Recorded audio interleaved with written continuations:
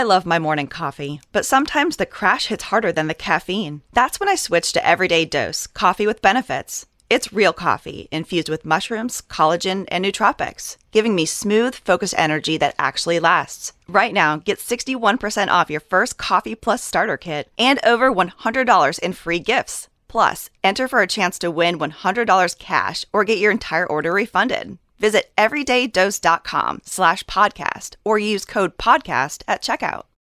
After the holidays, there's so much to clean up and get ready for the coming year. This leaves me exhausted and a lot of things falling off my to-do list. It's time to lock in, and Omaha Steaks delivers everything you crave to reset after the holidays. An order from them means having high-quality Omaha Steaks on hand at all times. I'm a big meat lover myself, and I always go with medium rare. But there's also plenty of poultry and other options available. Omaha Steaks offers unrivaled quality and variety, and every bite is backed by their 100% guarantee. A family-owned company with over 100 years of expertise in the meat industry. Let Omaha Steaks deliver high-quality proteins right to your door. Visit omahasteaks.com for 50% off site-wide during their end-of-season sale. And for an extra $35 off, use promo code YUM at checkout. That's OMAHA steaks.com, promo code YUM. Terms apply. See site for details. Go to www.omahasteaks.com to get 50% off site-wide during their end-of-season sale. And use promo code YUM at checkout for an extra $35 off. Minimum purchase may apply. Thanks to Omaha Steaks for sponsoring us. What up, Bills Mafia? Z-Bat with you. Wednesday, January 21st. You'll have to bear with me. I've been extremely sick the last couple of days. I mean, what a weekend. Honest to God, what a weekend. Bills season ends in heartbreak fashion. Sean McDermott fired. I immediately get what feels to be 9 different variations of the flu and the stomach bug at once. Still battling through that, but had to hop on and talk about what we just watched at One Bills Drive, and I'm still trying to figure out exactly what it is that we watched at One Bills Drive. It was the season-ending press conference between, of course, the mic's not on. Why wouldn't it be? Sure. One sec. Better now, ladies and gentlemen. How are we? How are we looking? But we better now. Yes, yes. Mic off, mic off, mic off. Is the mic on? Yay, nay. Well, how are we looking here? Is the mic on? Good. Okay, great. Okay. Anyhow, yeah. So I've been going through just about the worst past weekend you could possibly have, right? I mean, Bills lose, dramatic fashion, awful. McDermott fired, and as I said that you couldn't hear me because the mic wasn't on, I've been having about every different variation of the flu and stomach bug you could possibly imagine over the last 24 hours as well. So I'm going through it. But I had to fight through it in order to come on here real quick and talk about what we just saw from One Bills Drive, which I have absolutely no idea what that was. We just got a season-ending press conference between the remaining regime of the Beane McDermott Pegula era. Obviously, that is now just Beane and Pegula, and I don't know what I just watched. At initial glance, and we'll watch it. I'm going to try to make it so we can kind of comb through this entire thing here. My initial glance is that felt like let's take the podium, prop Brandon Beane up on a pedestal as high as we possibly can. Let's pin as much of the failures of this team as of late on the Sean McDermott on the way out the door as much as we can. And move on. This whole thing, the way this is all transpired, has been a horrific look on an organization that has been nothing but class for the last decade or so. It's already beginning to unravel. A lot of people who wanted Sean McDermott gone, the one thing they did not factor in is what the organization had become underneath him, what it had represented itself as, what they had become collectively beyond the results on the field. You are now starting to see with him gone for now, 48 hours, the unraveling from top to bottom of this franchise. They're going to have some pieces to pick up awfully quickly here. Because if you go on social media right now, there isn't a soul, at least a soul with any common sense that I've seen watch this whole situation unfold and say, the Bills are knocking this out of the park. I haven't really seen a damn person say that, not one. In fact, I've seen the opposite. This has been a swing and a miss since the first pitch. And I'm honestly like sad about it. I'm sad about it. This is sad. We're approaching sad territory because I'm starting to lose grip on the fact. I'm starting to lose grip on the reality that is what the Bills once were might not be the Bills moving forward here. Once again, everybody who wanted McDermott gone can't get it done, can't win one. I don't think people understood the stabilization that he brought to the franchise. I don't think people understood the rock that he was, the nucleus that the franchise centered around that allowed them to be one of the more exemplary franchises in sports.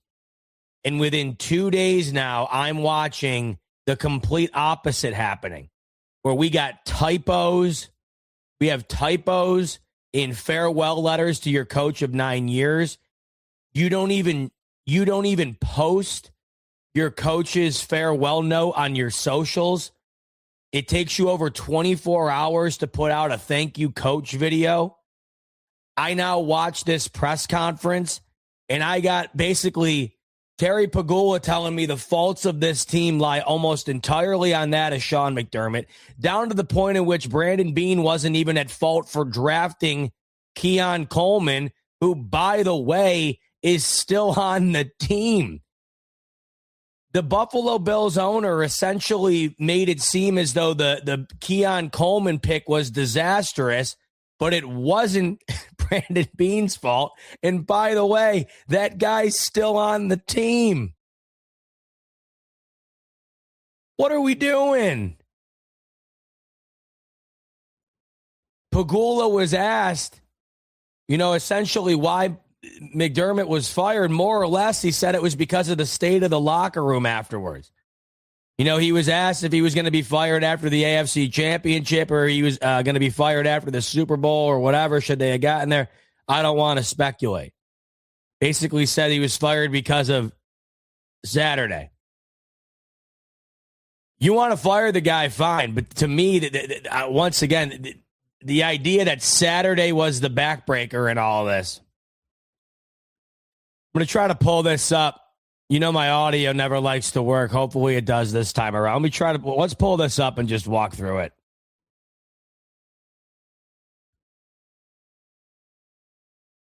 I mean, this felt like Uncanny Valley to me. I don't even know what I was watching. It didn't feel right. I don't really know how else to put it. Watching this didn't feel right. It felt, I said on Twitter, it felt something stinks here. Something stinks here. Didn't feel right at all. And I don't know quite how to explain it. But I've been watching this team my entire life. I've been watching these press conferences my entire life. Something didn't feel right about this at all. And I got to try to put my finger on it.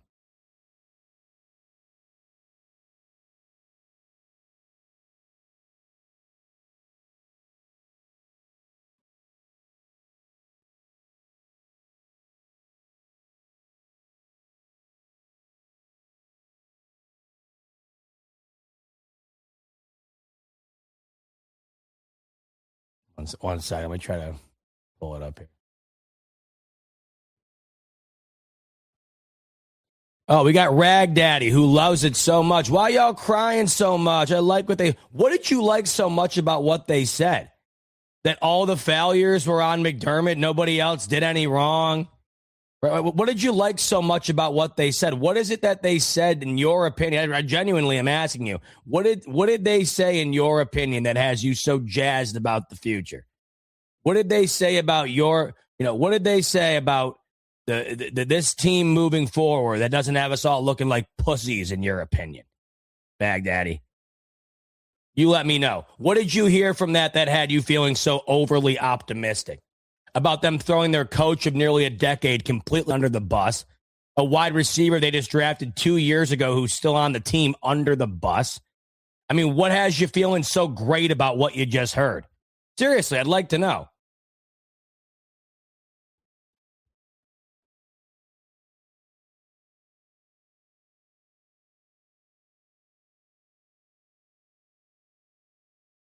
Let me know if you guys can hear this.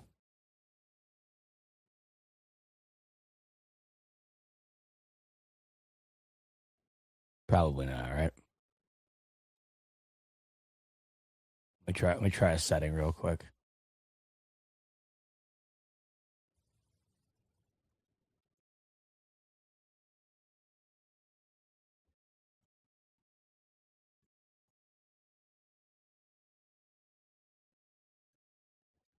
I don't know why this never ever plays.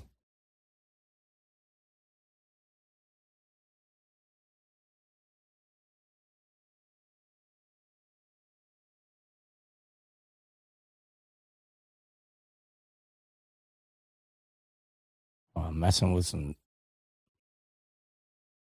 settings here.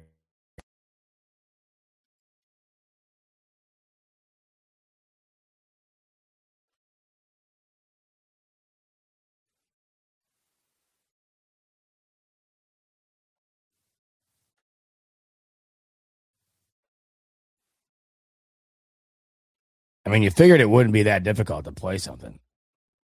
For God's sakes. Just hang tight. Let me try to find a way to fix this.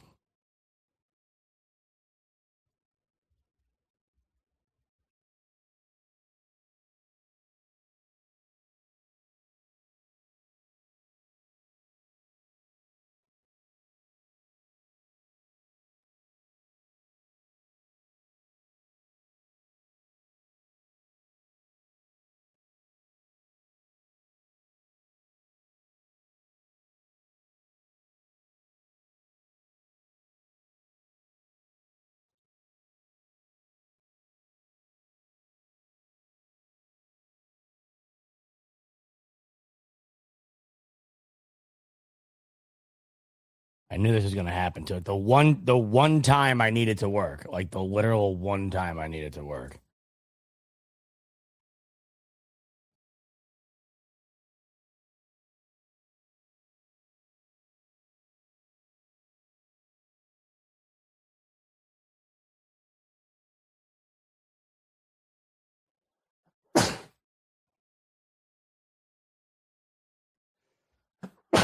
Oh, sorry, God, I'm falling apart, dude.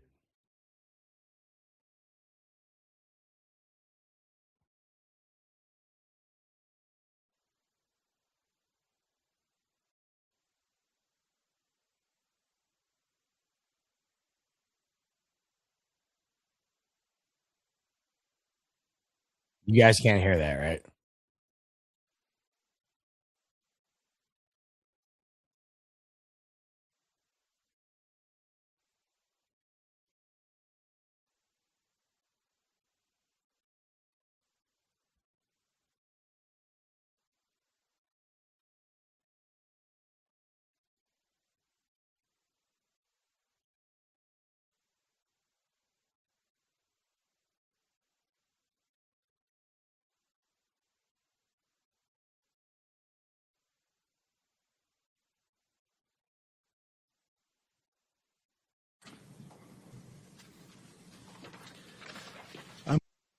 Can you guys hear this now? Hold on. How about right now?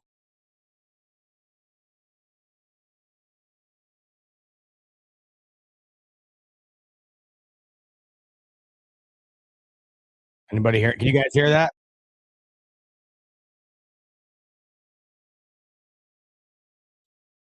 You guys can hear it, yep. All right, about time. Well, I got multiple people saying no and multiple people saying yes. So is it a yes or a no?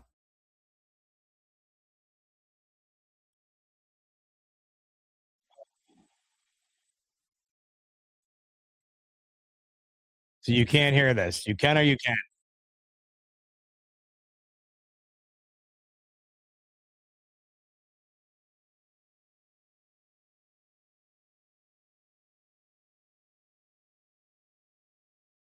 Played for a little, but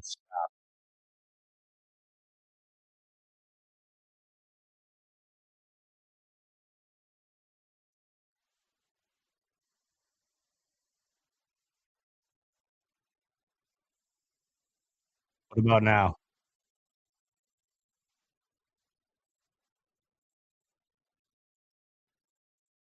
Wait, Brian's saying he can hear it.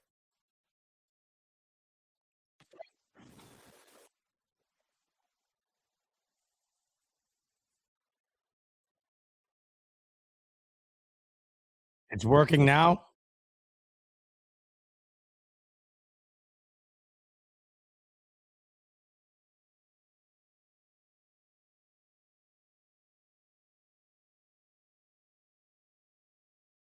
So we got a big no, a big old no then. No, can't work, can't work. Excellent. Ain't that great?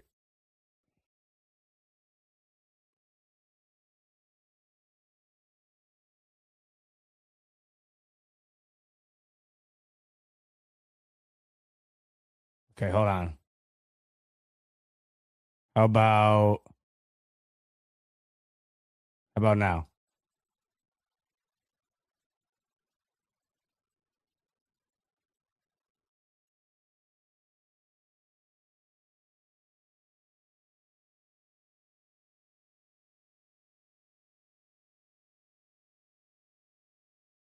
Nothing.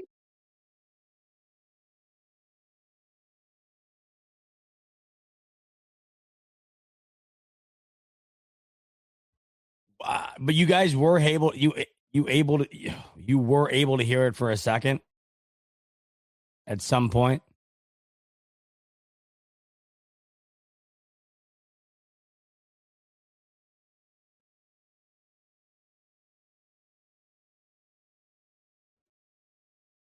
You were able to hear it for a second at some point. Is that what you're saying to me?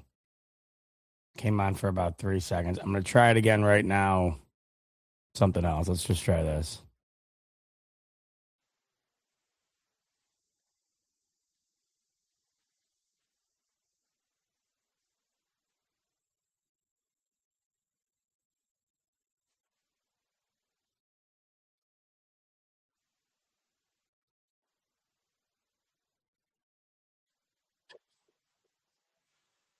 This is going through my computer.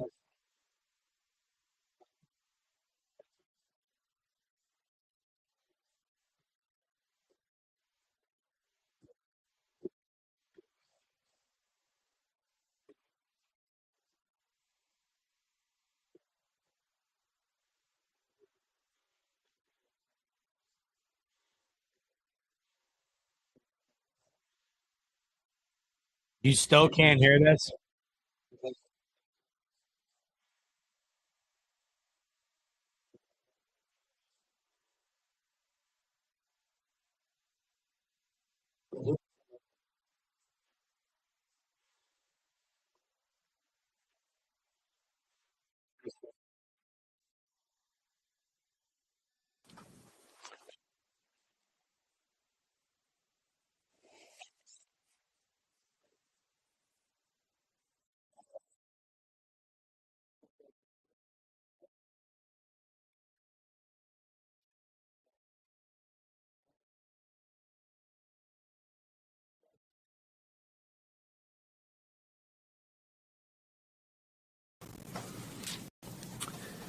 We are focused on bringing a Super Bowl to Buffalo. We have an MVP quarterback in Josh Allen. I'm looking forward to having a successful coaching search. Wow. go. Something works. I know this is a desirable job. Our phones are ringing, and we're going to begin that process.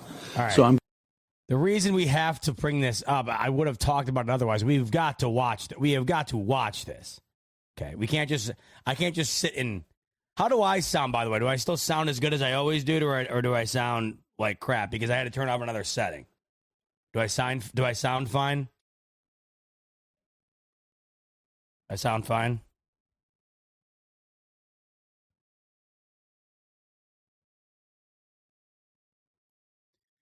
Oh, yeah, Sean. Bot and Rico defended Beane all night yesterday. Oh, yeah, we did. Where have you been? Sean, you do this all the time.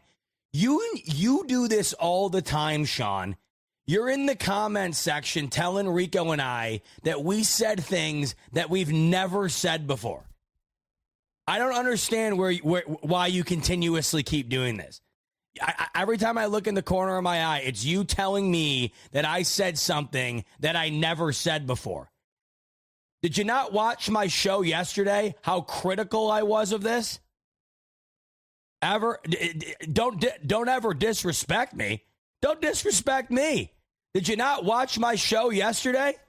Are you out of your mind? Did you not watch my show yesterday where I went on a 3-hour rant about how I could not possibly believe? I could not. What are you talking about? Whatever. I'm not doing this right now. What did you say, Sean? I said bot. Rico defended him. I didn't say. Oh, my God. You said bot and Rico. Whatever. All right, Sean, let bygones be bygones. I said, I'm sorry. What am I? No, look at this is what you said, Sean. There's no comma next to bot. So you understand my confusion here? Bot Rico defended Beane all night. I was on yesterday as well. There was no comma next to that. So, come on.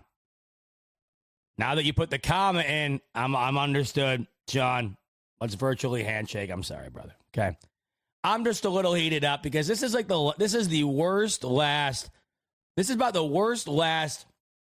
48 to 56 some hours of being a Bills fan in some time here. I mean, seriously.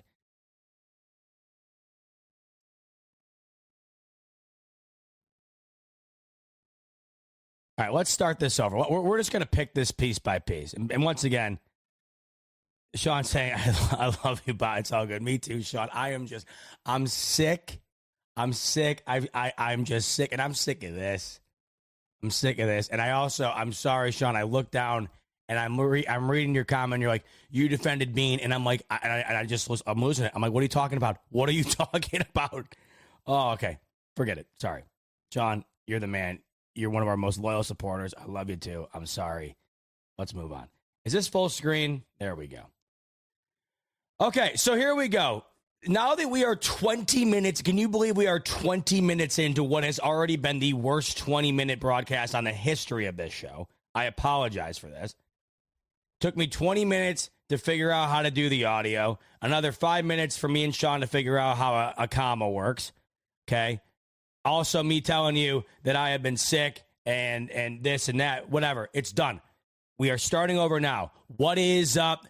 Buffalo Fanatics, Z-Bot here with you on the Buffalo Fanatics YouTube channel, live to talk to you about this BS, okay? This is where the show starts. Put it in the comment section, 22, 25. This is when the show starts, okay? So, obviously, by now, as you know, the Bills lose Saturday. Season done. Divisional round of the Denver Broncos. Okay? 48 hours removed, Sean McDermott is fired. We're just going to run through this, and then I'll give you my thoughts.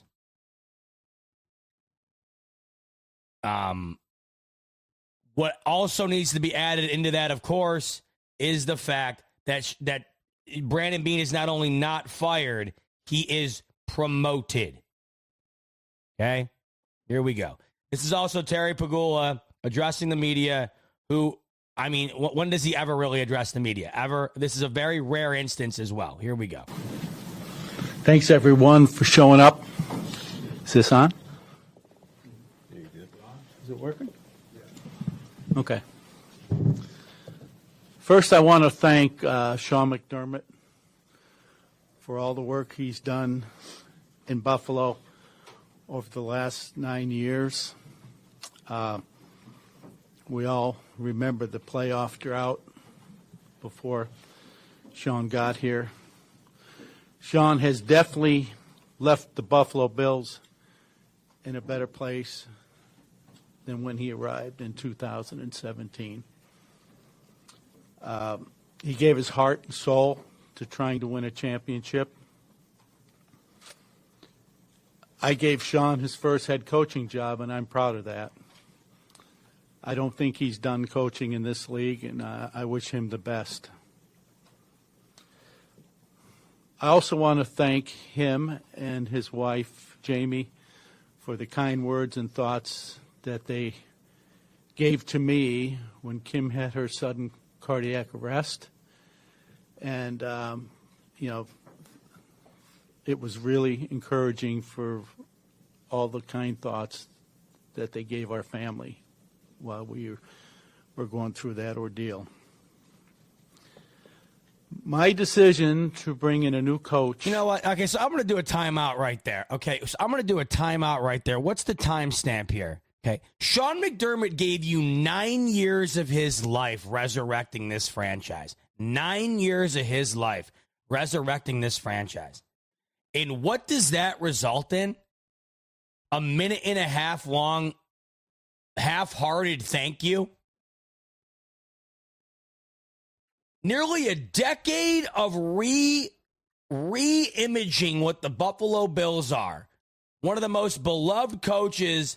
But you can tell right now, by the way, I know there were plenty of people who wanted him gone. But you can see the outpouring of love and support from that guy, not only from the fan base, but from the players, everyone internally the last couple of days. You give nearly a decade of your life to retransforming this franchise, and that is the thank you. I'm sorry if I find that to be a little lackluster. I think that's a little lackluster in my opinion. We all remember the drought. No, we all don't just remember the drought, Terry. We lived through the drought for nearly 20 years, agonizing years. And Sean McDermott comes in and completely changes what this team was from top to bottom. And I just think a minute off the bat, I don't know.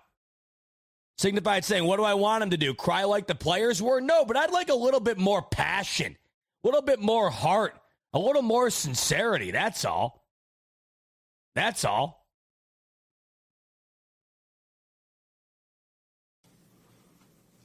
Was based on the results of our game in Denver.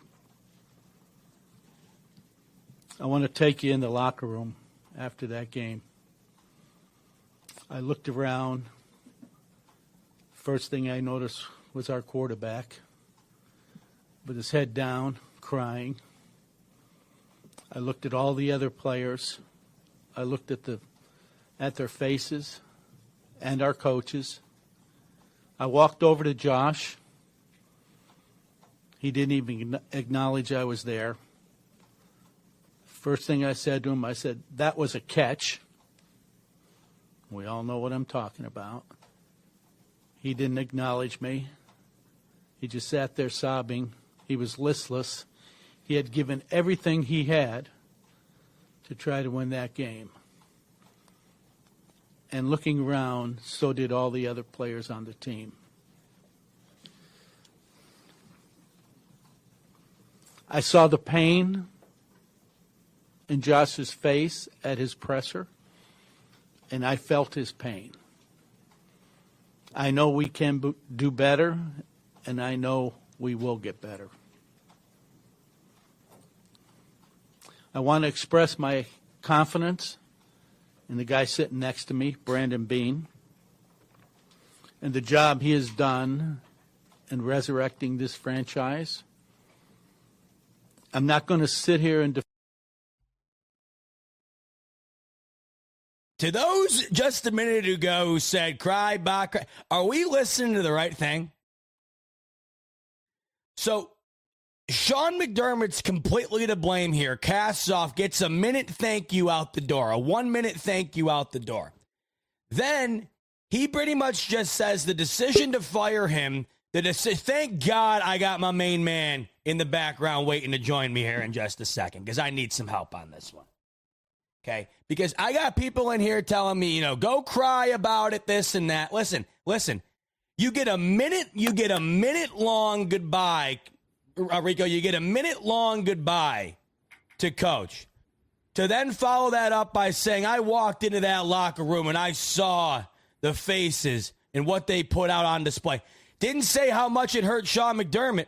Didn't say how much effort he put into it. I got all the faith in the world on the guy next to me. Why is Sean McDermott being painted in the light in which he is enemy number one? Enemy number one. Let me tell you something. Can you guys hear me? Yeah.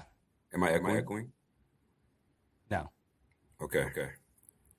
I don't know what you said so far, so this is going to be... I barely started because it took me 20 minutes to get the damn audio to work. Not even kidding. All right, let me just say this. I'm echoing. Let me come back and try to fix myself. Yeah, not going on my end. All right. Hold on a second. I'm going to pull this back a little bit so we can go where Rico's at. He just sat there sobbing. 54 minutes long, God.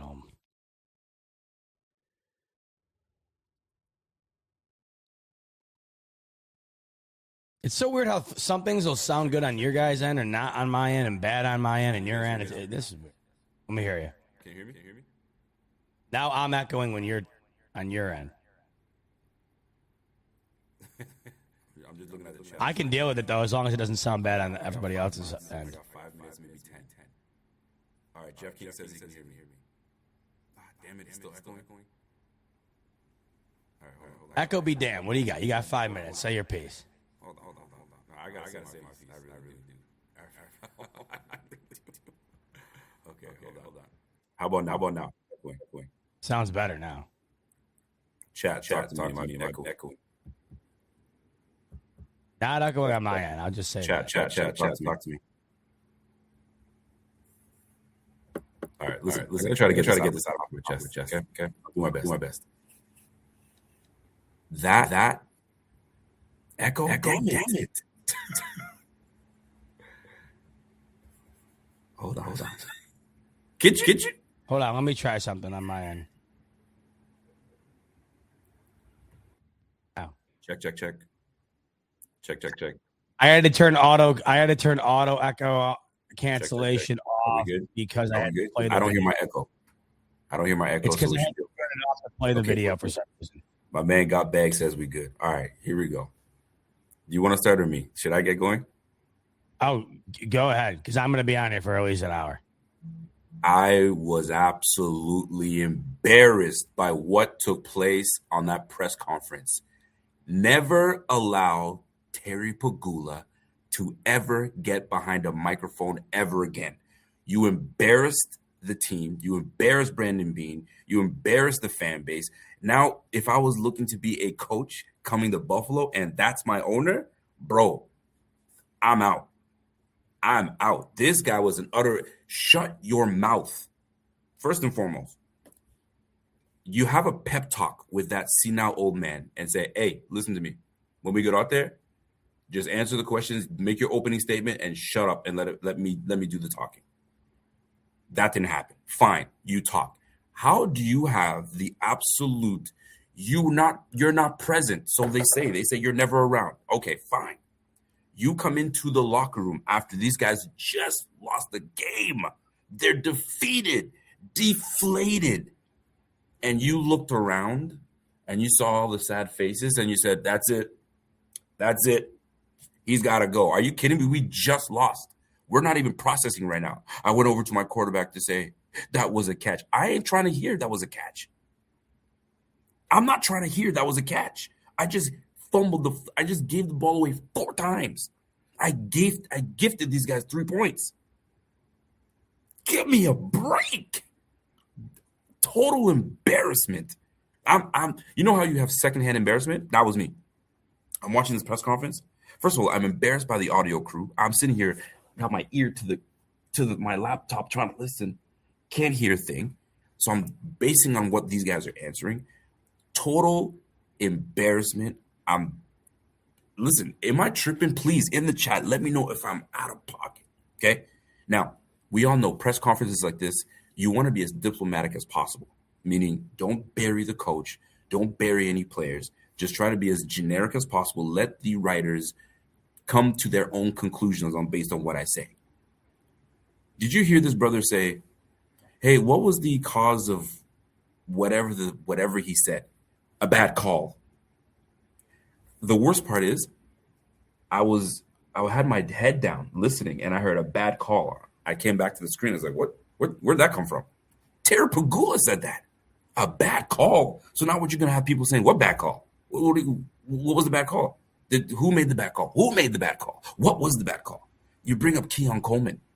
The guy's still on the team. He's watching the press conference.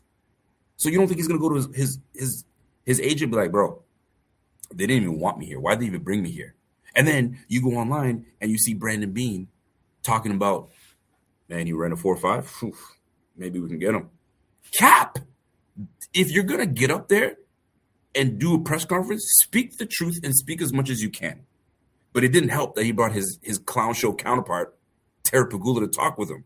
I don't care if I'm being harsh at all. We brought him up there because he's the reason he's still there. That's blatantly apparent. Blatantly.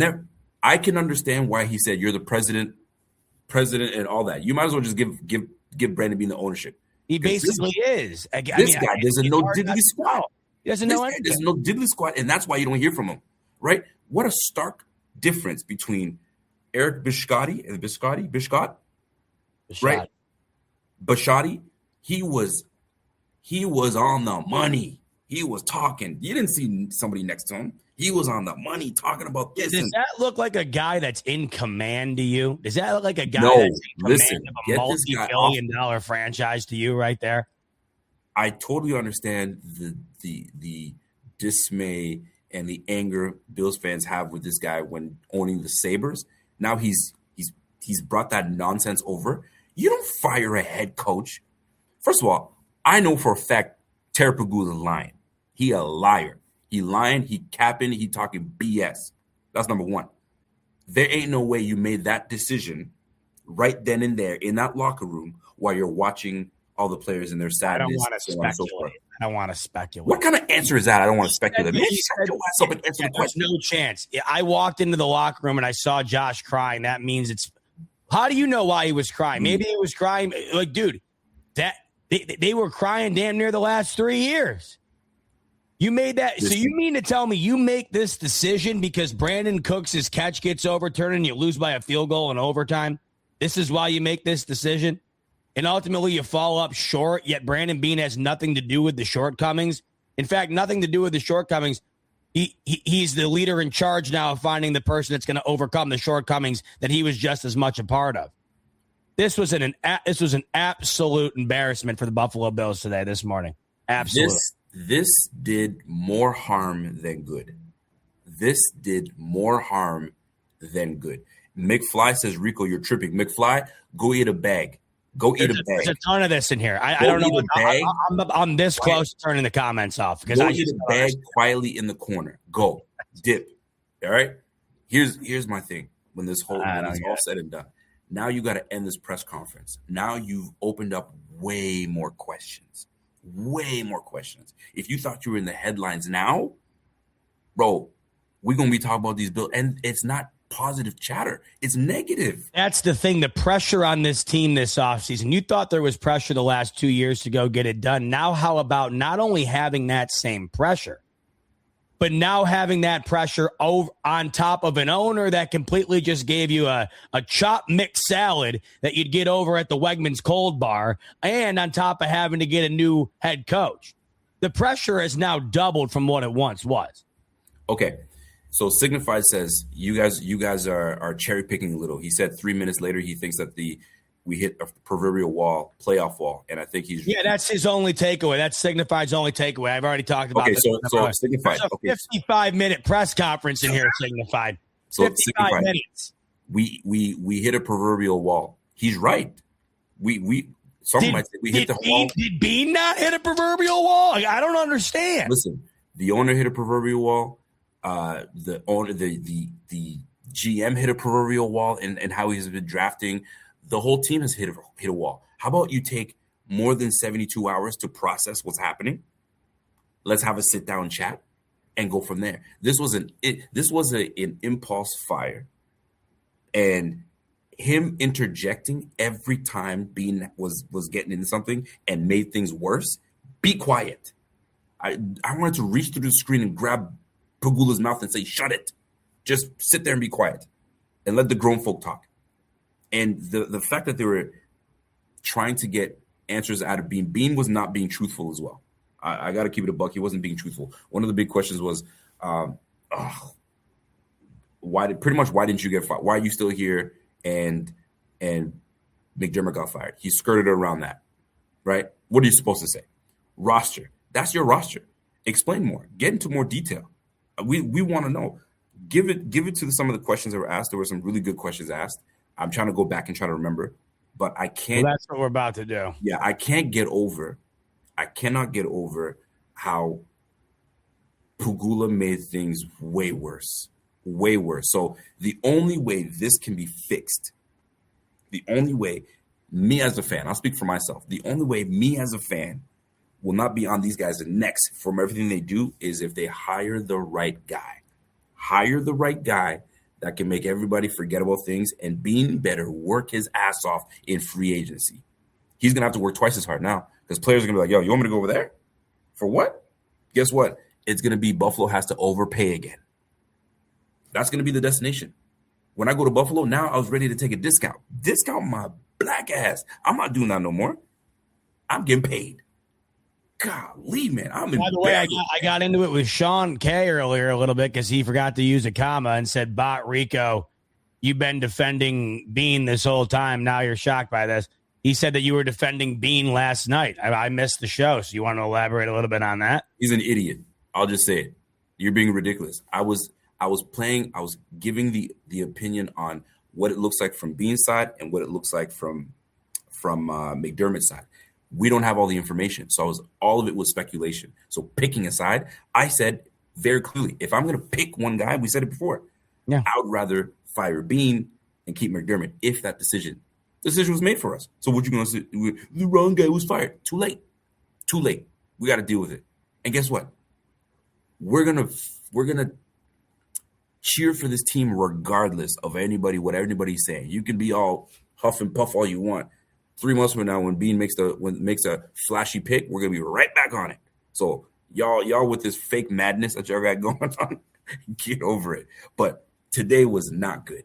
I see Pierre in the chat right now, and what's Pierre? Pierre's an instigator, by the way, guys. Don't let Pierre get to you. This guy's a major instigator.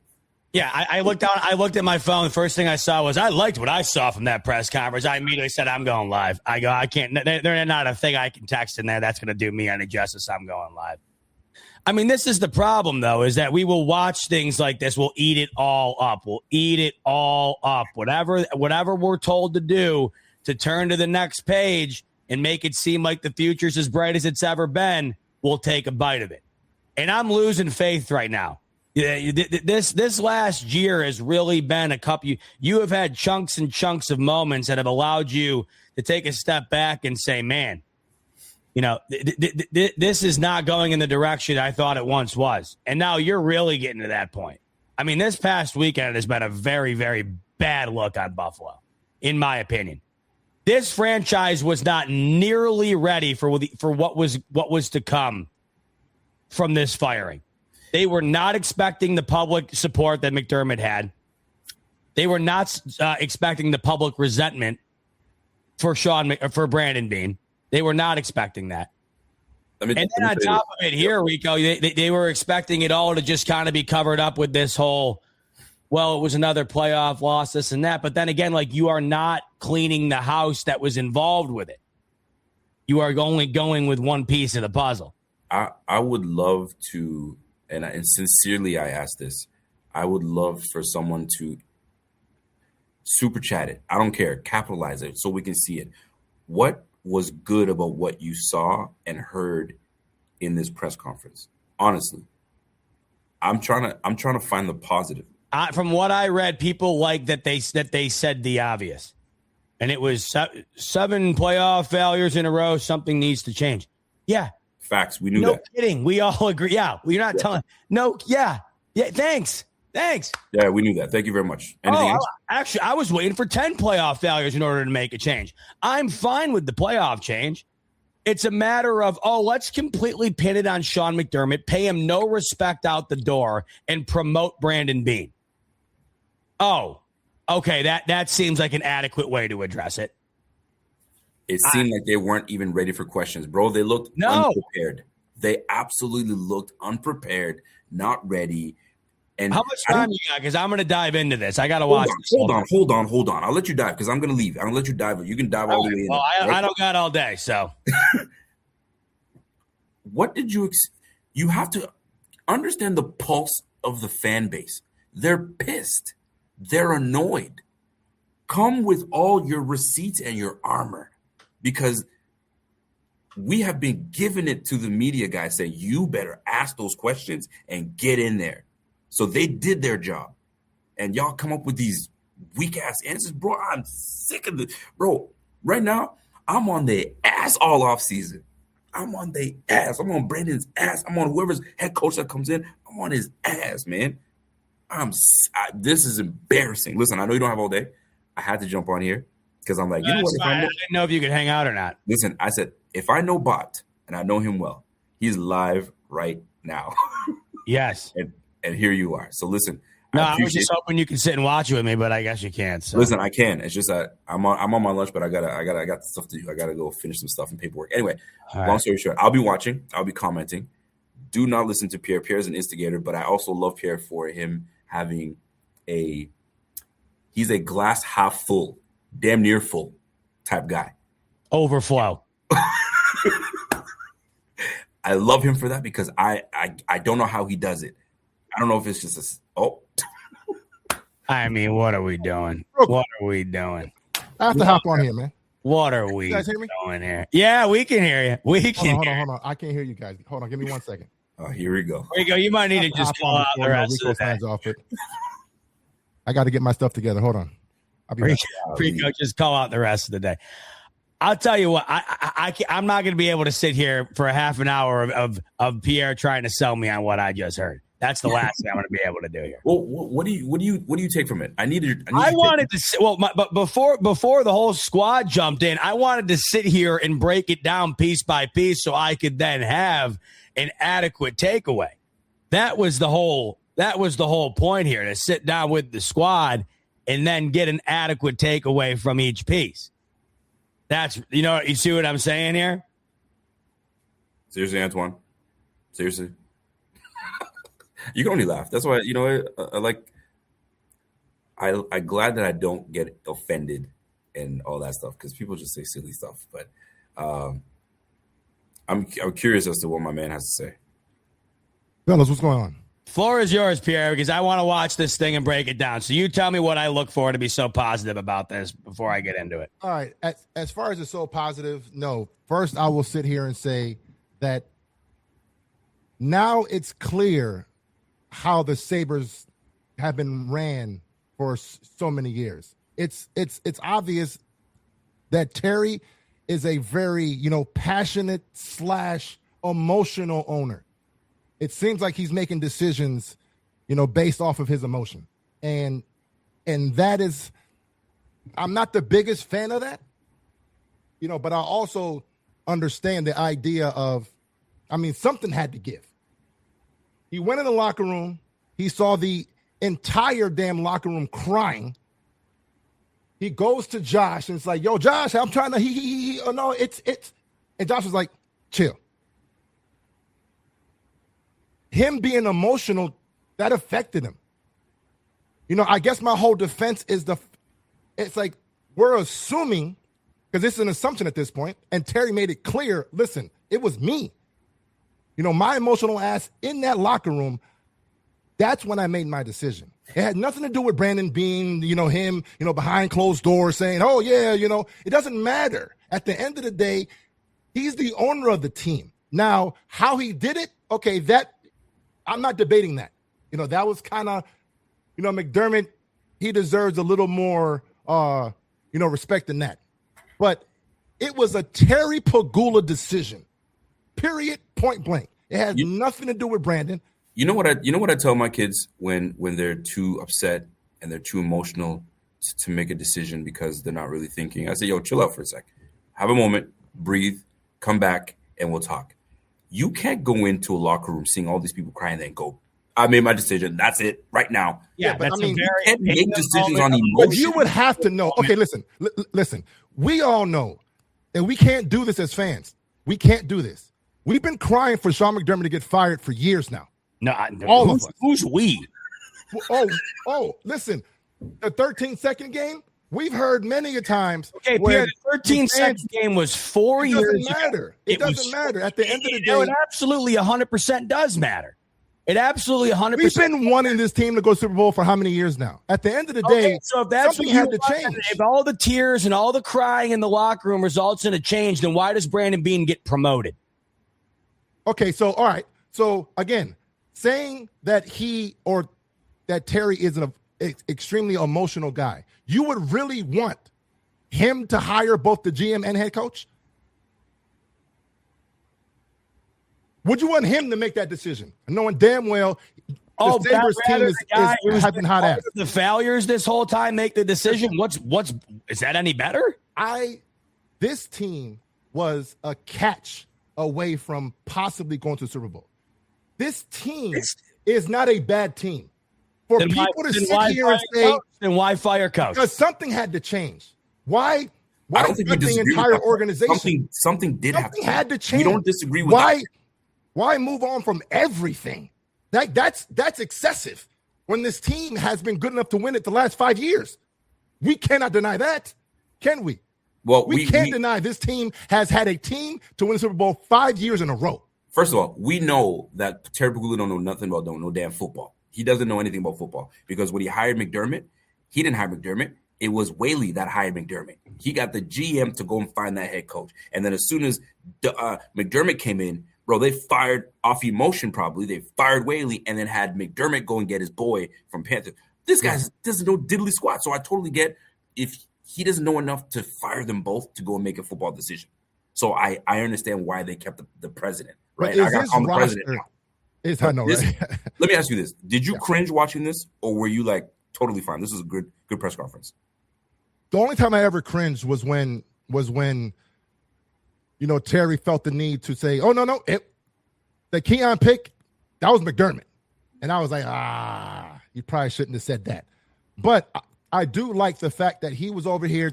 He's championing his damn decision. And at the end of the day, you want your owner to back you, man. He sure as hell didn't back Coach McDermott. That's for sure. I'm going to back out. He backed his GM. He didn't back his head coach. He gave him a minute-long goodbye after 9 years. Minute-long goodbye. Yeah, but I think we're a little too emotional about that, man. You know what? Do. Now, see this. Now that's get him, Z-Bot. Get him. That's a crock. You give him a minute-long goodbye. You want him to give him a half an hour? Like, what more do you want me to say?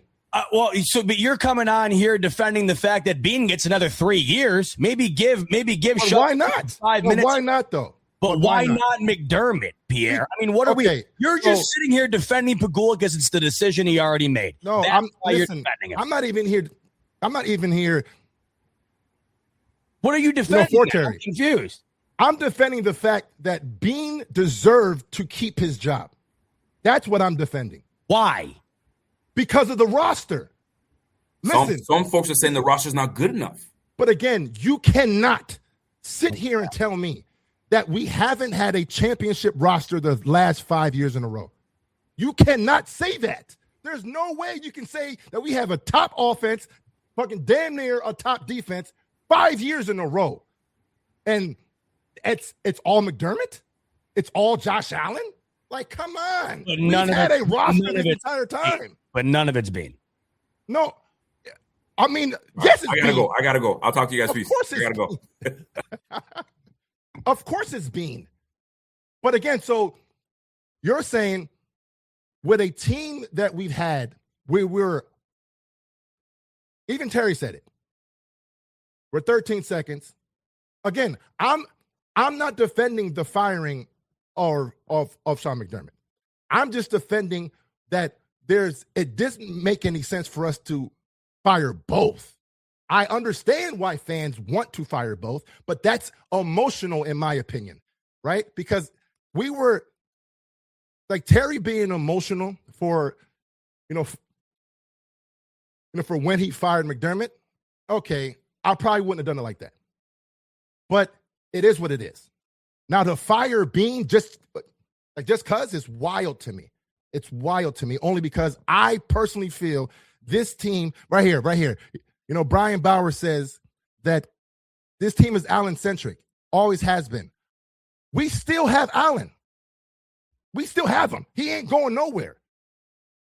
This team has been, roster-wise, has been good enough to win the Super Bowl 5 years in a row. It's not like we're going into playoffs by luck. It's not like we're winning these playoff games by luck. It's not even like we're losing these playoff games like, we're getting smashed. It's 13 seconds, it's a field goal, and it's a catch. Right. You know what I mean? So we're like this close. We're this close. So all Terry felt was that, okay, I have to make a move. I guess, Sean, you got to go. Now, again, I'm not debating that. I mean, I'll give y'all that. If y'all want to be mad at that, fine. But we have the roster.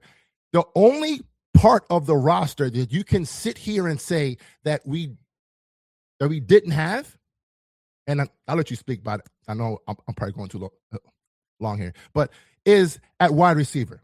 You can make an argument every other layer of the team, we had adequate talent. And now, if you want to talk about the D-line, fine, I'll give that to you. But another argument can be made that the D-line rotation scheme could also be the reason why our D-line has never been able to show up. So, but every layer except for at wide receiver is questionable. I mean, that's the only questionable one. But then, here's my last point real quick. I completely understand the reason why Beane said we're good right there. I get it. I get his thought process, the whole, WGR thing. I get why he was, pounding the table as far as, wait. We just came off having an amazing offense. And now it's like, wait a minute, are we really that bad there? So I get it. Now, I mean, it would be nice to have some, guys there, but overall, I'm only trying to defend the fact that I don't think it would have been smart for the owner to fire everyone, because I feel that would have really put us back instead of just saying, okay, maybe a different voice in the locker room, that might be that little inch that we need in order to get to the bowl. I'm not disagreeing with you that a change was needed. In fact, I had said that I understand it completely. What I don't understand is how it's not only a change being made, it is being painted as if Sean McDermott was solely to blame for the struggles of this team. And as a result, Brandon Beane is promoted and is viewed now as this guy that is absolved of all of the issues that the Bills have had over the last 9 years, gets to now champion the lead of yet another head coach hiring. And the way that Terry Pegula phrased a couple of these moments in this press conference doesn't sit right with me either, where he walks in and he essentially says McDermott was fired because of that Denver Broncos game. If there was one game that I feel like that Sean McDermott should not have been fired for, it was that Denver Broncos game. Personally. Yeah. No, I mean, I agree. I mean, how Terry handled that whole thing, I'm not sitting here defending that at all. Like, okay, Sean McDermott, he He deserved a lot more respect than that. I mean, as far as him as a man and as far as him as a coach, I mean, you can't sit here and deny, how important he was to his organization.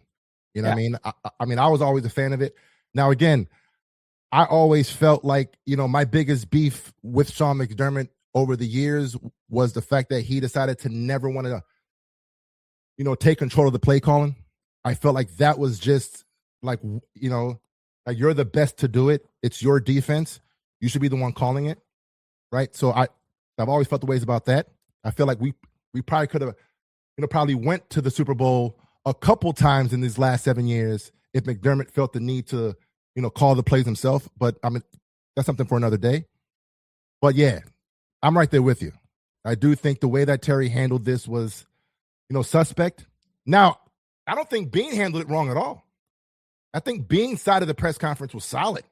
And that's what I got to dive into more here. I got to get better. I got to get a better understanding here. The reason why I have a tough time with it is because I feel like whatever goodwill Beane was trying to recreate for himself here, Terry kind of ruined. And that's why I kind of want to rewatch this here. Yeah. Because for every couple moments where it felt like Brandon was going to say the right thing from a PR perspective, Terry kind of nipped that in the butt. And I'm interested to see because this is what I think happens. He did. I think because of this, you don't know what to believe. When you have one side saying something and another side saying another, well, what do I really believe?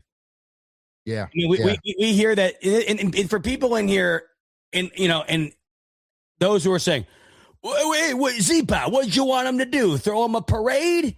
Give him a good half-hour speech on the way out? Oh, Shawnee Mick, we're going to miss you, buddy. Here's a half-hour speech. No, but did you not hear that they fired him in 7 minutes? They brought him in the room and fired him within 7 minutes.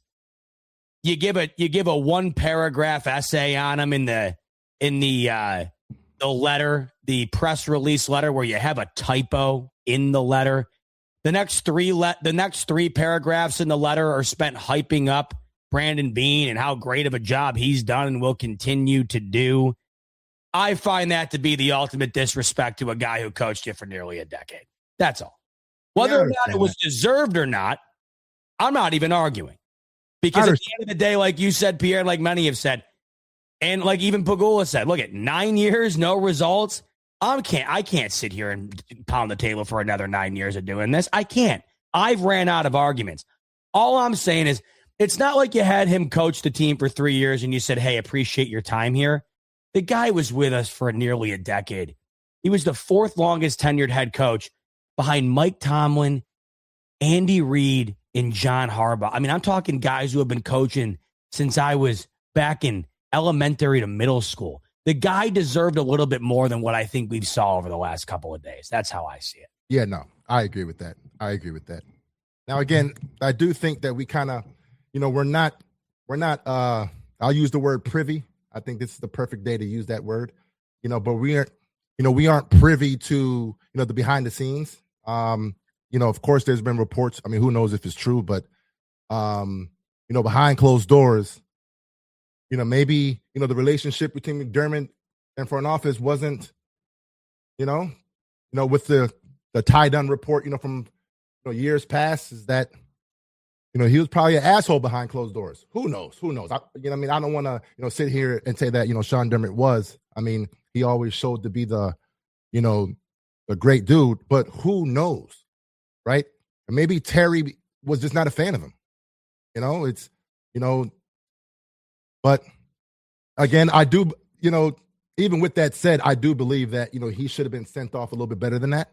Now, what I will say, though, I think we got a little bit too emotional in regards to the idea of how long the tribute video came out.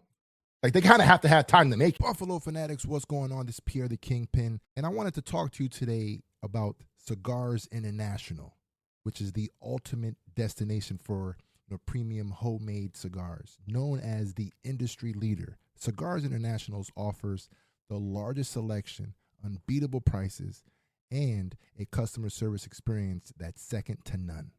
Whether you're new to cigars or a seasoned vet, Cigars International makes enjoying cigars easy, approachable, and fun. Cigars International is the go-to retailer for all things cigars, with the biggest selection of premium homemade cigars available anywhere. Cigars International offers unbeatable deals and discounts, making it easy to stock up on your favorite or try something new without breaking the bank. With fast free shipping and their 100% satisfaction guarantee, you can shop with confidence knowing that Cigars International stands behind every order. They have good relationship with vendors that helps provide great low prices. Whether you're new to cigars or a seasoned pro, Cigars International makes it easy to find the right cigar with helpful guides, staff reviews, and expert advice. It's not just about cigars.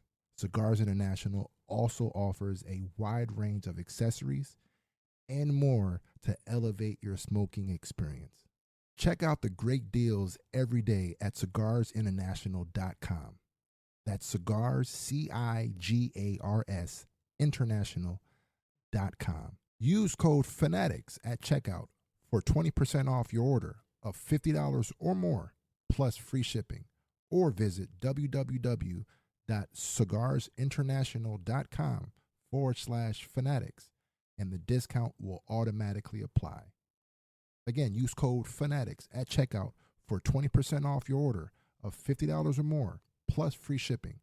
Or visit www.cigarsinternational.com/fanatics, and the discount will automatically apply. After the holidays, there's so much to clean up and get ready for the coming year. This leaves me exhausted and a lot of things falling off my to-do list. It's time to lock in, and Omaha Steaks delivers everything you crave to reset after the holidays. An order from them means having high-quality Omaha steaks on hand at all times. I'm a big meat lover myself, and I always go with medium rare. But there's also plenty of poultry and other options available. Omaha Steaks offers unrivaled quality and variety, and every bite is backed by their 100% guarantee. A family-owned company with over 100 years of expertise in the meat industry. Let Omaha Steaks deliver high-quality proteins right to your door. Visit omahasteaks.com for 50% off site-wide during their end-of-season sale. And for an extra $35 off, use promo code YUM at checkout. That's OMAHA steaks.com, promo code YUM. Terms apply. See site for details. Go to www.omahasteaks.com to get 50% off site-wide during their end-of-season sale. And use promo code YUM at checkout for an extra $35 off. Minimum purchase may apply. Thanks to Omaha Steaks for sponsoring us.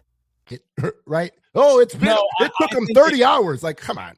Why didn't they repost his farewell letter? Why didn't they post it? Yeah. I mean, I'll give you that. I don't think that was Terry, though. Even Terry was like, well, listen, I'm not on social media. Well, it wasn't Terry. I think that's a pretty easy conclusion to make. I mean, listen, and I'm loving comments like this. I think this is the 12th time, maybe the 13th time MK has commented this. You guys are acting like emotional teenage girls. What do you want us to do, MK? We just fired the coach for the first time after 9 years. This is the most pivotal, important, insane, wild offseason the Bills are about to undergo in a decade. I don't understand what some of you guys want us to come on here and do sometimes. You want us to come on here and do the Charleston like this because Brandon Beane is being retained and Sean McDermott's being fired and Terry Pegula goes and takes the press conference and everybody's watching this saying, what in God's green earth did I just watch? What is it you want us to do? Why don't you let me know what you want us to do? You let me know and I'll follow the checklist. Because are you not supposed to have a little emotion after the Bills just went through their best run that they've had in my lifetime and you're watching it slowly come to an end? Because that's what's happening here, folks. You just had the conclusion of a 9-year coaching regime. You have Josh Allen going into his 9th year as the quarterback. If you think this is going to last for the next 20 years, I got some beachfront property to sell you in the middle of the Grand Canyon. Okay? So, yeah, it's a little emotional. It's a little emotional this time of year, watching this stuff go down. That's all. Now, what do you think, Pierre? No, I mean, it's a big move. It's definitely a big move. It's huge. Yeah, it's a huge move for sure. I mean, the last time we felt like this in a good way was when we fired Doug Marrone, to draft for Sean McDermott, right? It was, whenever you're having a coaching move in general, it's a massive move. Now, I will say this though. I do feel that we are as a fan base, getting a little bit too emotional as far as who's to blame? Who's to blame? I do feel that's the only reason why I came on was just to defend that aspect of it. Like, well, no, and that's where I don't think you're wrong. The problem is this is where I don't disagree with you at all in the sense of what you're talking about. My issue is we'll never know who's to blame, but because of the way that it's been carried out, it's only Sean McDermott that will ever be viewed as the person to blame. That's what I find to be interesting. Yeah. The way that this was carried out, the only natural conclusion you can come to with a promotion from Brandon Beane, a firing from Sean McDermott, and then a doubling down of it here at this press conference, the only conclusion you can come to is Sean McDermott is to blame for all of our failures. Yeah. And it's not to say that he wasn't certainly a part of it. We would all agree on that. Yeah. I think where people are lost, including myself, is to the point in which it's being done the way that it is. That's what I find to be interesting. Yeah. I mean, him going out how he did was a little suspect. But again, I'm perfectly fine with, and I'm well aware. I mean, I've been on X, on social media, on Discord. I'm well aware that I'm in the complete minority when it comes down to this. But I'm perfectly fine with Beane staying, and I'm perfectly fine with him getting. The promotion is irrelevant. That's semantics. I think that's more so because Terry doesn't want to be speaking more, so he's giving Beane more power to just run things because fine. But I'm on this show right now, and I got to sign off here in about 5 minutes. I'm only on here to defend Beane. I do not understand it. I will never understand, at least right now, the hate he gets. I think one of the most, laziest narratives out there, and I've been hearing it all week, is that this roster is trash. Like, I cannot get behind that. Every layer, listen, we have an all-pro quarterback, an all-pro a running back. We have pro bowlers on the damn offensive line. We have an Ed Oliver who can't stay healthy, but fine. A Deion Walker who came in this thing looking amazing on the D-line. Our linebackers last year was solid. I don't know what y'all saying. Bernard, okay, that's another conversation. But what we had out there was solid. Super solid, right? We had Benford, who's damn near all pro. He just hasn't been picked because, it's the whole politics. I think Trey White was solid as hell. Bishop looked solid with Poyer back there. We have the roster. I don't get the idea that our roster is trash. Our wide receivers, yes, it could be upgraded. But even with no wide receivers, you can sit there and say, oh, it's because of Josh. We still had the fourth best offense in football. Last year, we had the second best first in points. The year before that, top 5 again. So it's like, that's the only argument. Our roster has been solid. Now, here's the last thing I'm going to say about that. The one defense I always gave Brandon Beane was that he always had the pulse of the team. He always felt the pulse of the fan base. Every single year, he has said, I know what we need, and he went and got it. Now, did it always hit? That's questionable. But even when he first came in, the whole talk was we have no offensive line. Our offensive line is trash. He went out the very next offseason and got Mitch Morris. He got a couple more guys. He spent money on the offensive line. Fine. That same year, we were like, okay, you tried the whole Benjamin thing, Andre Holmes. It didn't work out. We don't have receivers. We need receivers. The very next year, he went out and got John Brown and Cole Beasley. So he tried to fix it. You know, it was working. We felt like there was something there, but we all knew we needed an alpha. We need a guy. He felt that too. The very next year that we all felt that, he went out and got Diggs.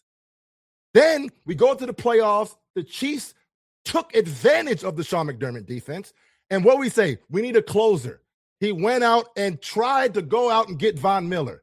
First 7 games, 7 to 8 games, he was the Von Miller we always knew. Then he tore his ACL. Damn, that was never the same since. So every single year that he's known that we had a hole, he's always that same year fixed it. So that's why I've always had respect for Beane. He's never the one sitting back on his hands and not doing anything. Now, if I'm right, this year the whole world knows we need a wide receiver. If he doesn't bring in a wide receiver this year, it will be the first year that he's heard the noise and he didn't address it. Well, there's absolutely no way that happened. I mean, you know damn well that ain't happening. It's a matter of who he gets. Exactly. It's a matter of who he gets, I guess. Yeah. Oh my God. I mean, listen, I understand the emotional aspect of it, man. You know, we're rooting for this team. We want the success, but I just don't feel it would have been smart. Now, if Beane ends up getting fired here, next year, or we end up having, we hire an assistant GM that's outside of Beane, and we can maybe, but I just did not think it would have made sense for us to fire both when we're this close. It's like, I probably wouldn't have fired McDermott after the season because like of how it ended, but I would not be one to sit here and say that at the end of a couple of these years, I wasn't like, okay, something has to give. So, I mean, that's kind of where I'm at with it. Yeah, man. I mean, we shall see. That we shall, brother. That we shall. It's going to be one of the more interesting off seasons in a very, very, very long time. It's going to be nuts. All right, man. Yeah, I mean, let me go ahead and sign off here. But yeah, man, I just wanted to just come and let everybody know we're going to be good at the end of the day. We're going to root for this team. We're going to cheer them on. Yeah, we want what we want. We want to hire and fire who we want to.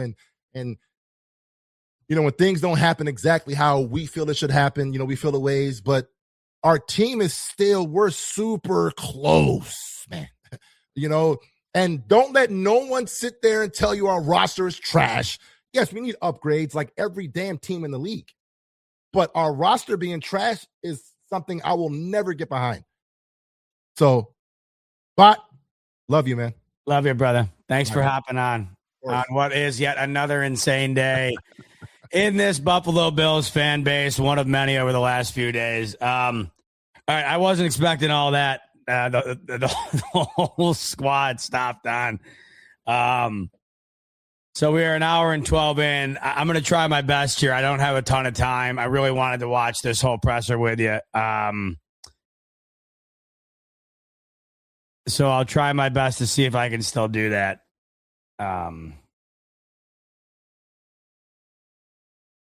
Yeah. Hold on.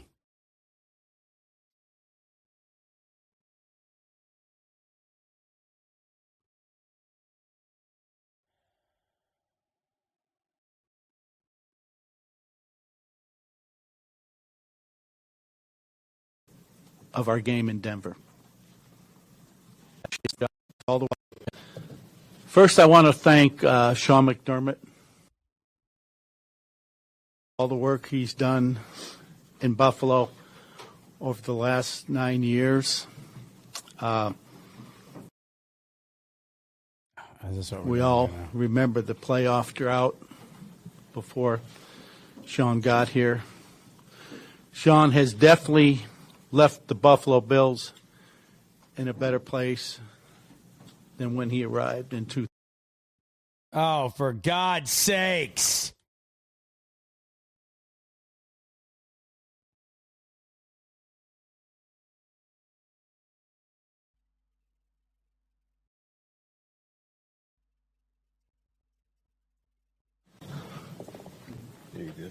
Is it working? Okay.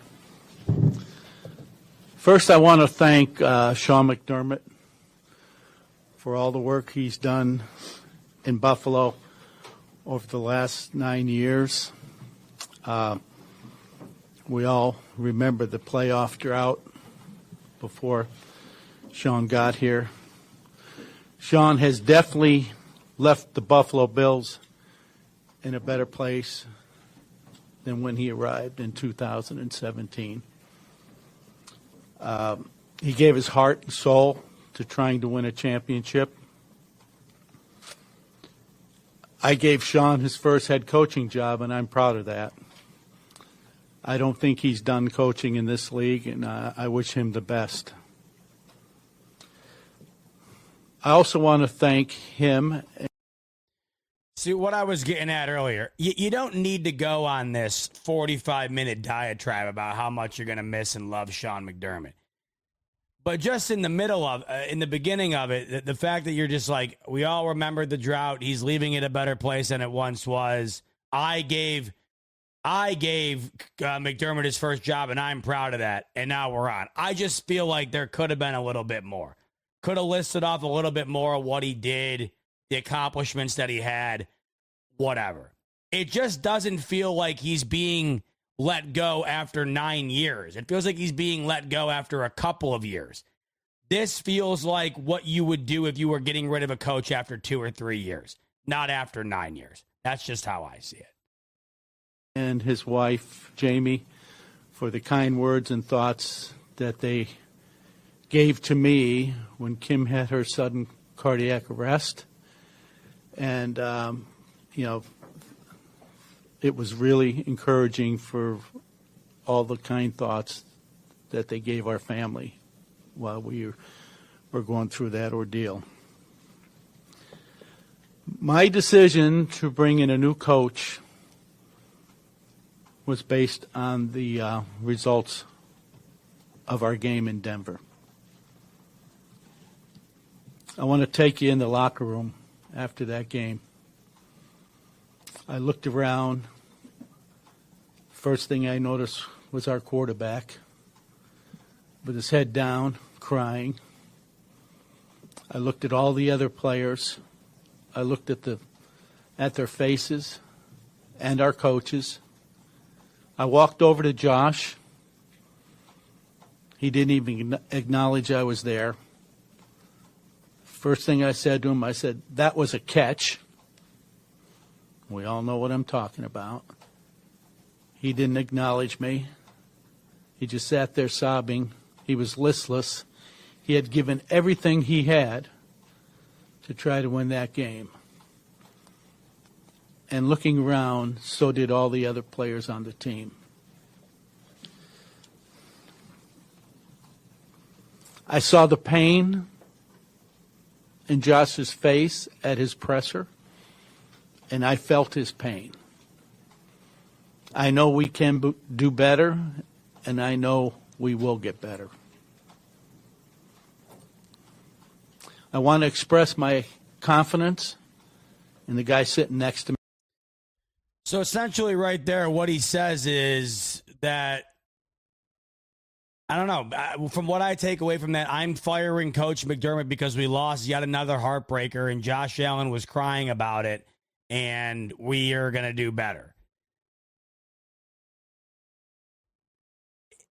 I struggle with this just because of how great of a tenure Sean McDermott had in Buffalo.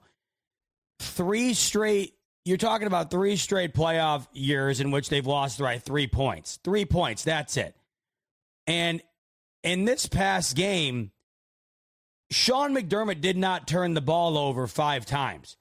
To have watched that game and saw the emotions of the players, and your immediate takeaway be, we need to fire the head coach.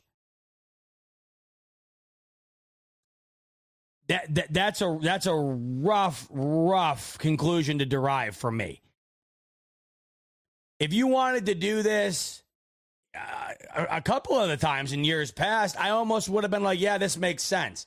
But to say this result comes after the Denver game, I'll take you into the locker room. We don't even need to be taken into the locker room. We saw what happened in the locker room. I just don't understand how seeing that then ultimately results in finding somebody else that's going to immediately transition this team into a whole new realm. I don't get it. Me, Brandon Beane, and the job he has done in resurrecting this franchise. I'm not going to sit here and defend everything that we have done as a franchise, but the bottom line is we have attracted good people here. Brandon has brought in Joe Shane, who's now the GM in New York, Dan Morgan, the GM in Carolina,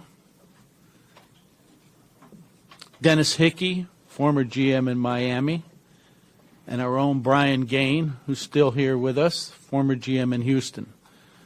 There have been some very talented people that Brandon is associated with that he's brought through the front door here at One Bills Drive. I'm aware there's criticism out there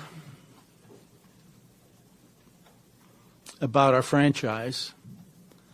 Does anyone know what the numbers 523, 2226 represent? I'm asking a question. No? That's our seeding over the last 7 years in the playoffs. 5, 2, 3, 2, 2, 2, 6.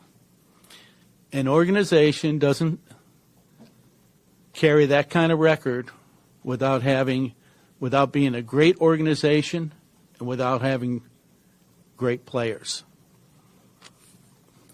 It's impossible to have that kind of results without having a good roster. This is what I'm getting at. This is all a fluff piece for Beane. So Sean McDermott has no credit in doing any of the things that were just said? All these seedings.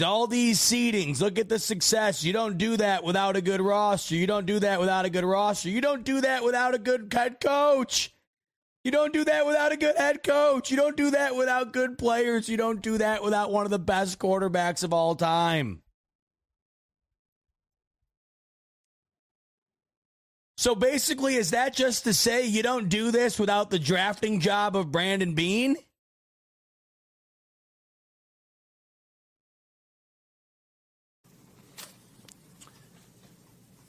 I hear it from my counterparts at league meetings. A lot of them talk about the Bills organization and the success we've had through the years. Our roster is a direct reflection of the hard work that Brandon and our scouting staff has done. This is unbelievable to me. I mean, you are essentially painting the picture being painted here is that the success of the Buffalo Bills over the last 9 years is almost exclusively because of Brandon Beane's drafting and offseason acquisitions. Is this not what is being showcased here? If you don't think Sean McDermott is being tossed in front of a bus and taking the primary blame for all of the Bills' failures during this time, while Brandon Beane is being propped up on a pedestal and saying, hey, he did everything he could to give this team their best chance, I don't see it.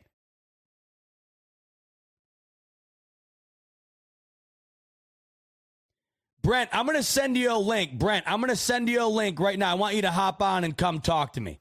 Go find a new team to grift off of. I'm going to send you a link. You come on and tell me what I'm doing wrong. I'll send you a link right now. You come on and tell me what I'm doing wrong. Hop on. I'd love to hear your thoughts. on the team. I'm going to send you a link right now, Brent. I'm going to send you a link right now. You can hop on. Give me your thoughts. This is about the 9th comment you've had in a similar fashion the last couple of days. So let me get that link for you. Let me send it along. Can't wait to hear your thoughts. Can't wait. Go find a new team to grift off of. What in God's name are you talking about? Are you guys not listening to the same thing I'm listening to? Listing off the seedings, listing off what he's hearing from counterparts. And it's all because of the roster. Not anything to do with what Brandon Beane's done.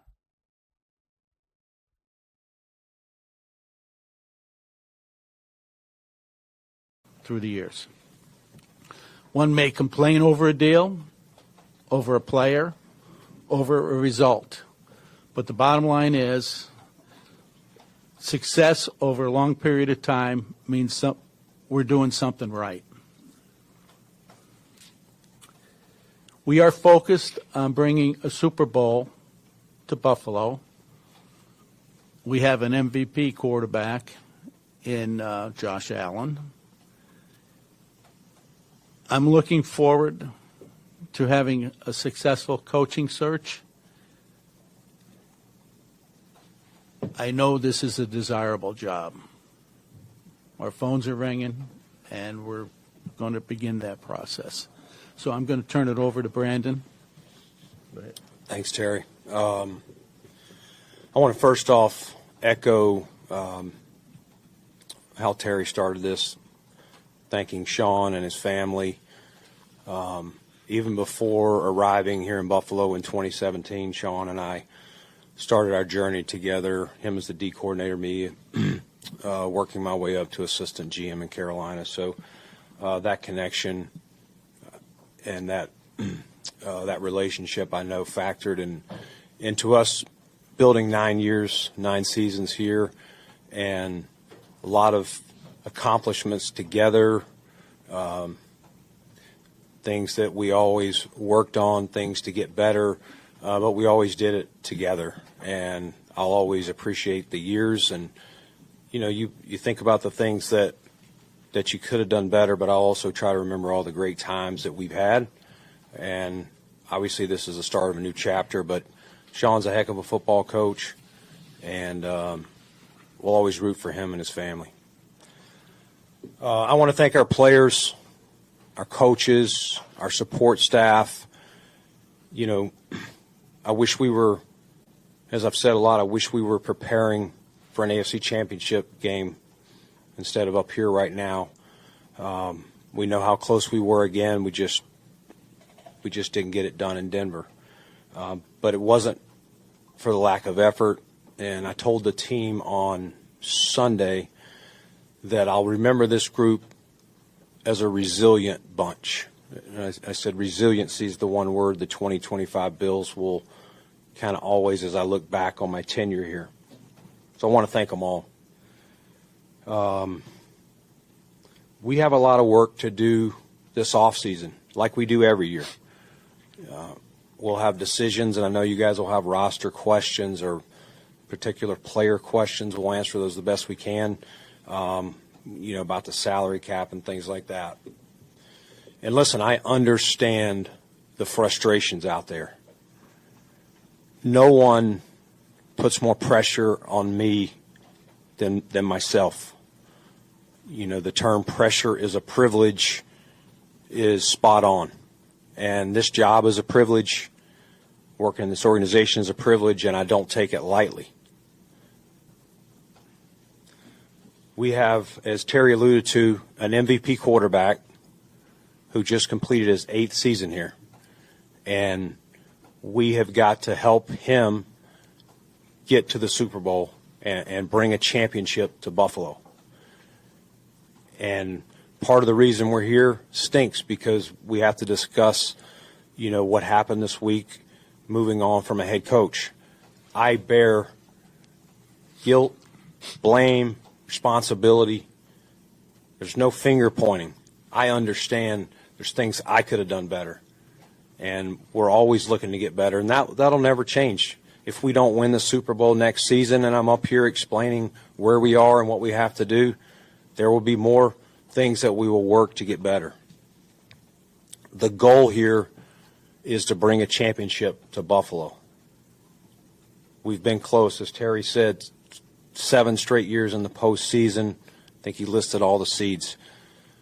We have to get it over the top And that starts with finding the right head coach.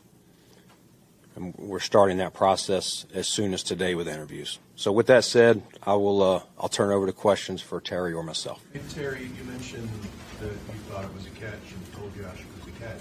Why would you fire a coach based on a bad officiating decision? Great question. I did not fire a coach based on a bad officiating decision. If I can take you into that locker room, I felt like we hit the proverbial playoff wall year after year. 13 seconds, missed field goals, the catch. So I just sensed in that locker room, like, where do we go from here with what we have? And that was the basis for my decision. Brandon, there's a report out. So once again, I don't necessarily disagree with it. Like I told you guys before, if a change felt like it was needed to be made, then fine. Hitting the proverbial playoff wall, then fine. The way that this is being carried out to me is what's awfully confusing, which leaving me scratching my head, where it just feels as though all of the blame is put on McDermott, none of the blame put on Beane whatsoever. He is then elevated within the building. And I guess more than anything, this time around, too, where it felt like of all of the games that felt that McDermott had the biggest impact on losing, this was the least of them all. Now it was time. And then on top of it, you know this to be true. You know this to be true because look at the public outcry from the coaches, from the fan base, the media, everyone's saying the same thing. This didn't feel like the time to do this. And if you were going to do this, why is Beane's job safe? It also felt like the Bills had absolutely no pulse on how the fan base felt about McDermott. Sure, there was a good portion of the fan base that wanted McDermott gone, obviously. But I think the Bills underestimated just how many people really did love Coach Sean McDermott. I think the Bills also underestimated the resentment that currently exists for Brandon Beane after this past season. After the stunts he pulled this last season, I think this organization underestimates what that wound up doing for his public perception. And that's why I don't think this is delivering as easily as maybe they thought it was going to. Plus, you don't post his farewell letter. You just really don't give him the best send-off, in my opinion. I don't know. There's a report out there that there was a meeting 5 weeks ago, and Sean expressed dissatisfaction with the roster. The report is that was part of what has led to this today. You're not being happy with his assessment. Either one of you gentlemen could answer that if that was true. I don't know where that came from, but we bet all the time. I talk to Sean every day. We talk about being dissatisfied with this, being happy with that, and whatnot. But we communicate it all the time, and I don't know where that came from. Given the fact that Brandon was promoted, and congrats on that, and Sean was fired, both played a role in the success and failure of this franchise. What came down to one over the other, or was it that easy? Like I just said, I believe it was, where does the leadership of the team on the field and in the locker room, where we go from that moment, which, another playoff failure. And that's why I decided that Sean had to leave. How far before Basically as to say that Sean McDermott didn't have the leadership of the locker room. Have you not saw the outcry of players since he's been fired? Seems like he's been one of the more likable and lovable head coaches amongst his players in a very long time. You're telling me that the leadership was stemmed through Beane and not McDermott? That doesn't even make any sense. I just don't understand. This doesn't quite. Let's run this back just a little bit here. You know, a locker room. Where does the leadership of the team on the field and in the locker room, where we go from that moment, which, you know, another playoff failure. And that's why I decided that Sean had to leave. But it completely skirts around the question that Beane didn't have to leave.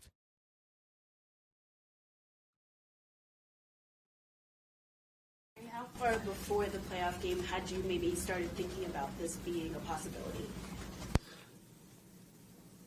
After the playoff game, in the locker room. This is what I'm sorry. Do you guys buy that? Do you guys buy that?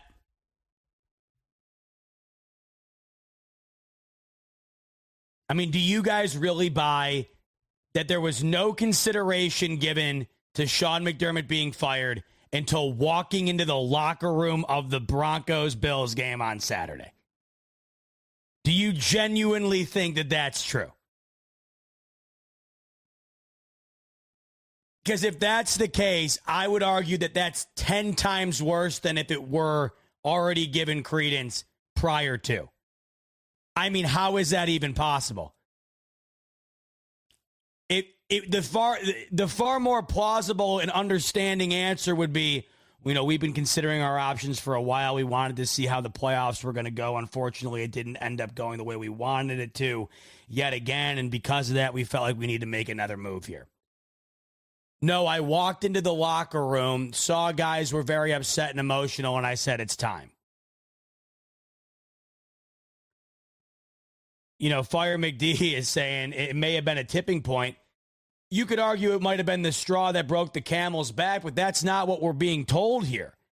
The decision to make the firing, Pegula just said it was based on that, which leads me to believe this was a very brash decision. This was a very heat-of-the-moment decision. It would make sense to me if you went into December and you said, look, if we don't end up making the conference title at the very minimum, we're going to have some conversations. Okay, fine. But for you to say that you didn't even consider that, and this is where it comes back to where my point was. I understood everybody wanting change or getting to the point where you're saying we need change. But for this change to come off the back of a heartbreaking loss in which I thought McDermott did not play much of a part in compared to the others,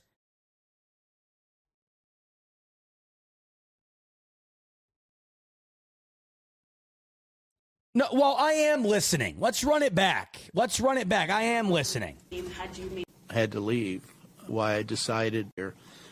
And that's another playoff failure. And that's why I decided that Sean had to leave. Terry, how far before the playoff game had you maybe started thinking about this being a possibility? After the playoff game. How far before the playoff game did you wind up thinking this was a possibility? After the playoff game.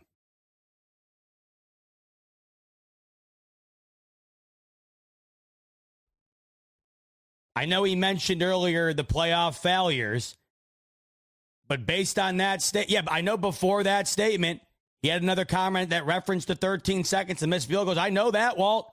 That question right there. When did you consider firing him? Not until after the playoff game. Right there. Right there. I know he said that there were other times that have led up to this, but he did not make it seem like those were the contributing factors until all of a sudden they were the day after that playoff game. In the locker room. So it wasn't a thought of I need to keep saying that. I keep saying it. It was feeling the moment, being there. being there. Feeling the moment, being there. He could have elaborated by also saying it was the moments I've witnessed in the past, too, a culmination of all these moments. He pretty much said he was fired because of a moment. You know what's ironic is that if this exact same thing would have panned out after the 13-second game, I don't even think anybody would have argued about this. Honestly, I think I might have come on here and been like, what are you going to do? I mean, what can I even say to justify this? Right? Like, what can I say to justify this? You just blew maybe the worst playoff loss in NFL history, or at least one of them. How can I sit and justify this?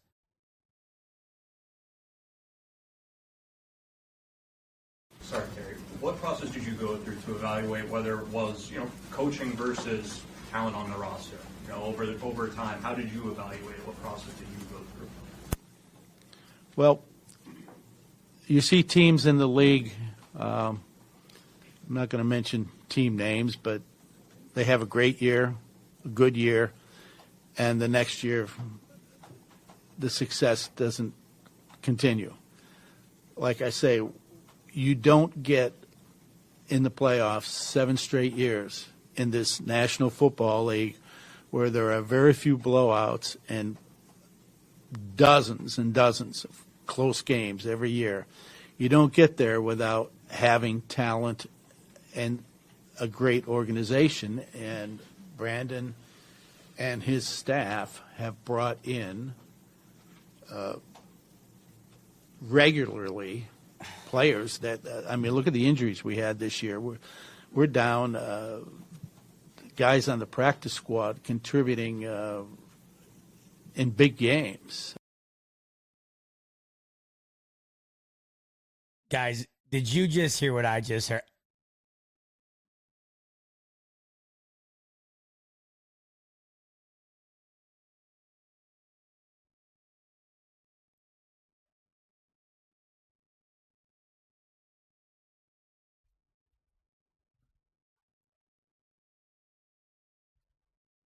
I'm going to run that part back.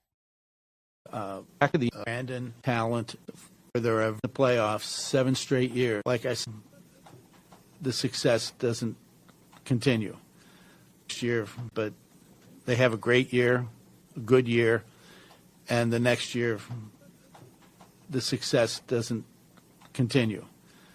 Like I say, you don't get in the playoffs 7 straight years in this National Football League where there are very few blowouts and dozens and dozens of close games every year. You don't get there without having talent and a great organization, and Brandon and his staff have brought in regularly players that, look at the injuries we had this year. We're down guys on the practice squad contributing in big games. You don't do. You got guys on the practice squad contributing in big games. You don't think that might have something to do with the coach putting them in position to succeed? You don't think that might have something to do with the coach putting the practice guys in position to succeed? Robert Saleh just did this all year long with the San Francisco 49ers with a makeshift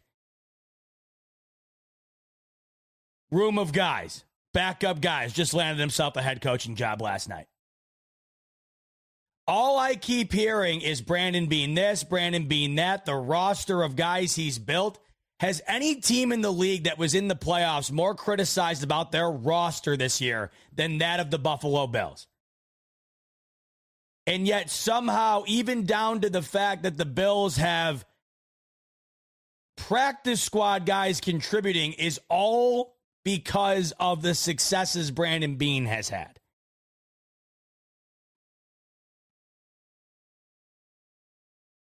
You got him saying that the practice squad players had been contributing, but apparently that has nothing to do with what the coaches have done to help them get ready to contribute, put them in positions to contribute.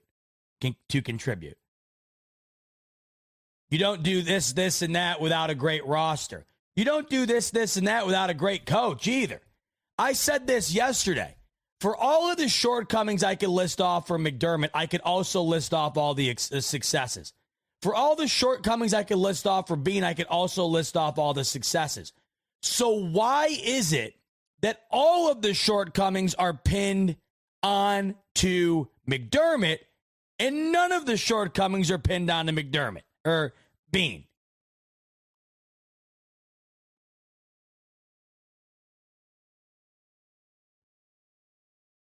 I mean, Walt, you're on my ass today, brother. Everything I'm saying, you got something for. So Beane doesn't get credit for finding good practice squad talent? That's not what I'm saying. I just told you what I'm saying. Beane should get credit for finding practice squad talent. Why does McDermott get zero credit for having that practice squad talent ready to go out on the field and play well? Why does it have to be just one way or the other? I don't understand. You mean to tell me that all the practice squad guys are just up and ready to rock and ready to go because Beane picked them? I just don't get it. I just don't understand. You're putting the man in a lose-lose situation. If he was waxing poetic of the praises of McDermott for successes for an hour, it would only make the decision more questionable. Exactly. That's why him waxing about the successes of Beane right now for an hour makes it that much more questionable. Do you not see what I'm saying? You give none of the credit to McDermott. You give all the credit to Beane. Does that not seem a little bit questionable, or am I just nuts?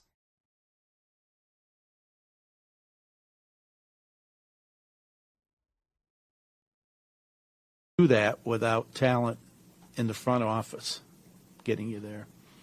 A big chunk of the fan base very frustrated with you specifically, dating back to that interview that you did on WGR 550.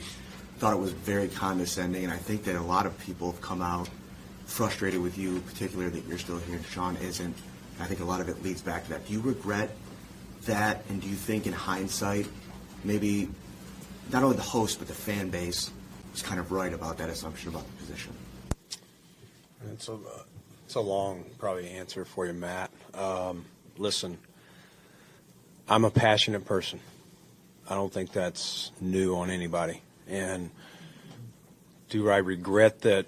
Probably the biggest regret is I probably put pressure on the wide receiver group when I reacted in that way because I felt like they were being picked on unfairly. And if you remember, not trying to rehash what happened, but I was going, man, we had, the number 2 scoring offense, and we were just, we had some tweaks there. It wasn't the exact same group, but it was a similar group that we thought, an addition here or there.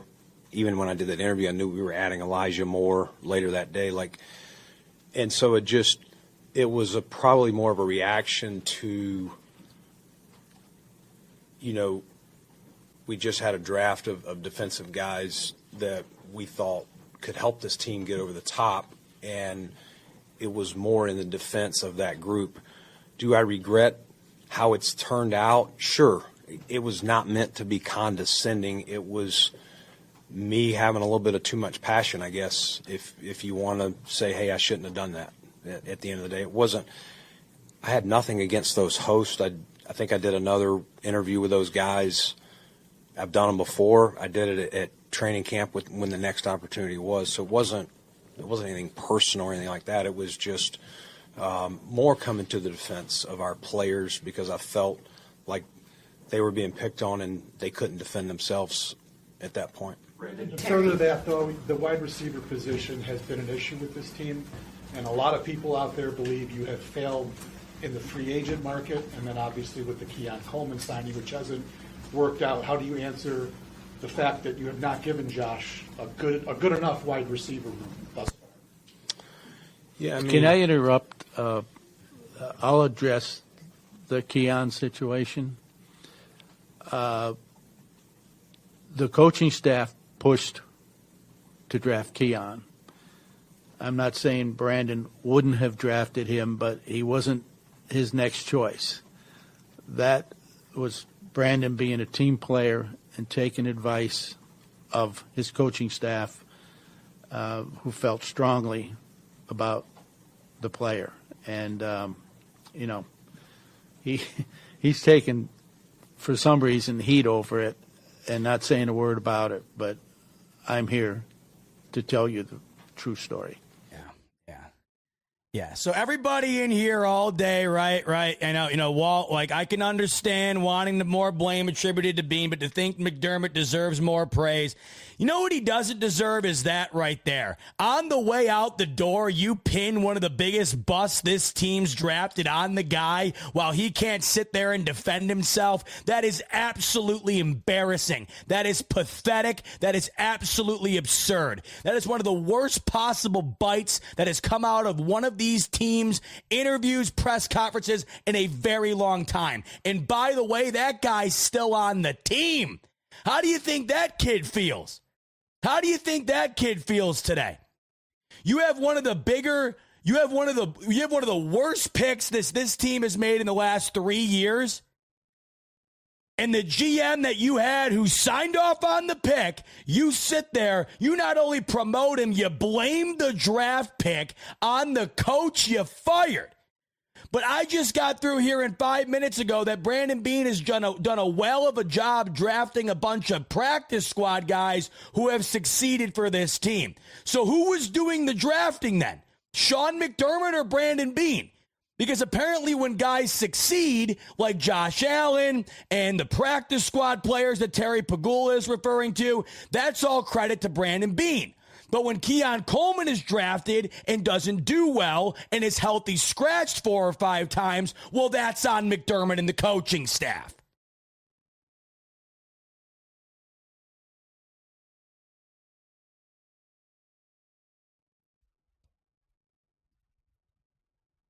How bad of a look is that right there? To not even let Beane respond and you step in and say, hey, just to let you know about our most recent bad draft pick, yeah, that was on the coach we just fired.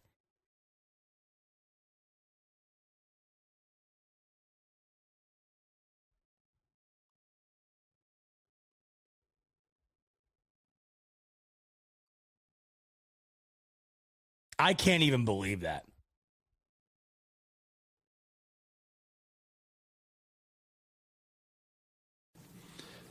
The coaching staff pushed to draft Keon. I'm not saying. How do you answer? I mean, the lack of awareness to also know that he's still on the team, too. The guy's still on the team. You imagine Keon Coleman sitting at One Bills Drive packing his locker with this on in the background, hearing that? Your owner basically telling you, yeah, we made a massive mistake, and the guy we just fired is the reason why this guy's even on the team. Which, by the way, it seems like won't be for long, I would imagine. The fact that you have not given. And you know what sucks the most about this is it seems as though Beane was going to try to find his way to talk himself out of this one. And Terry said, nope, let me grab it. Josh, a good enough wide receiver room thus far. Yeah, can I interrupt? I'll address the Keon situation. The coaching staff pushed to draft Keon. I'm not saying Brandon wouldn't have drafted him, but he wasn't his next choice. That was Brandon being a team player and taking advice of his coaching staff, who felt strongly about the player. And, he's taken, for some reason, heat over it. He's taken, for some reason, heat over it. He's the general manager. He's taken heat over it. That draft pick the Bills made, well, somehow he's taking heat over it. Gee, I wonder why that is. Oh, I don't know, because he's in charge of doing it? Not saying a word about it, but I'm here to tell you the true story. Can you finish that answer, Brandon? I hope to God we get a McDermott response to this from somebody from somewhere. I mean, this is crazy town. Yeah. At the end of the day, Sal, it's some of it is the evolution of how you build your roster. If you look back to, let's go to the 2020, 2021. And just to give you an example here, as Beane starts to talk, this is the one. And don't get me wrong, like this whole thing, I feel like there's this misconception that I can't stand Beane. That's not the case. I like Beane. My confusion stems from the fact that we are now watching Sean McDermott have to bear the cross of all of the Bills' struggles of the last decade while everybody else gets off scot-free.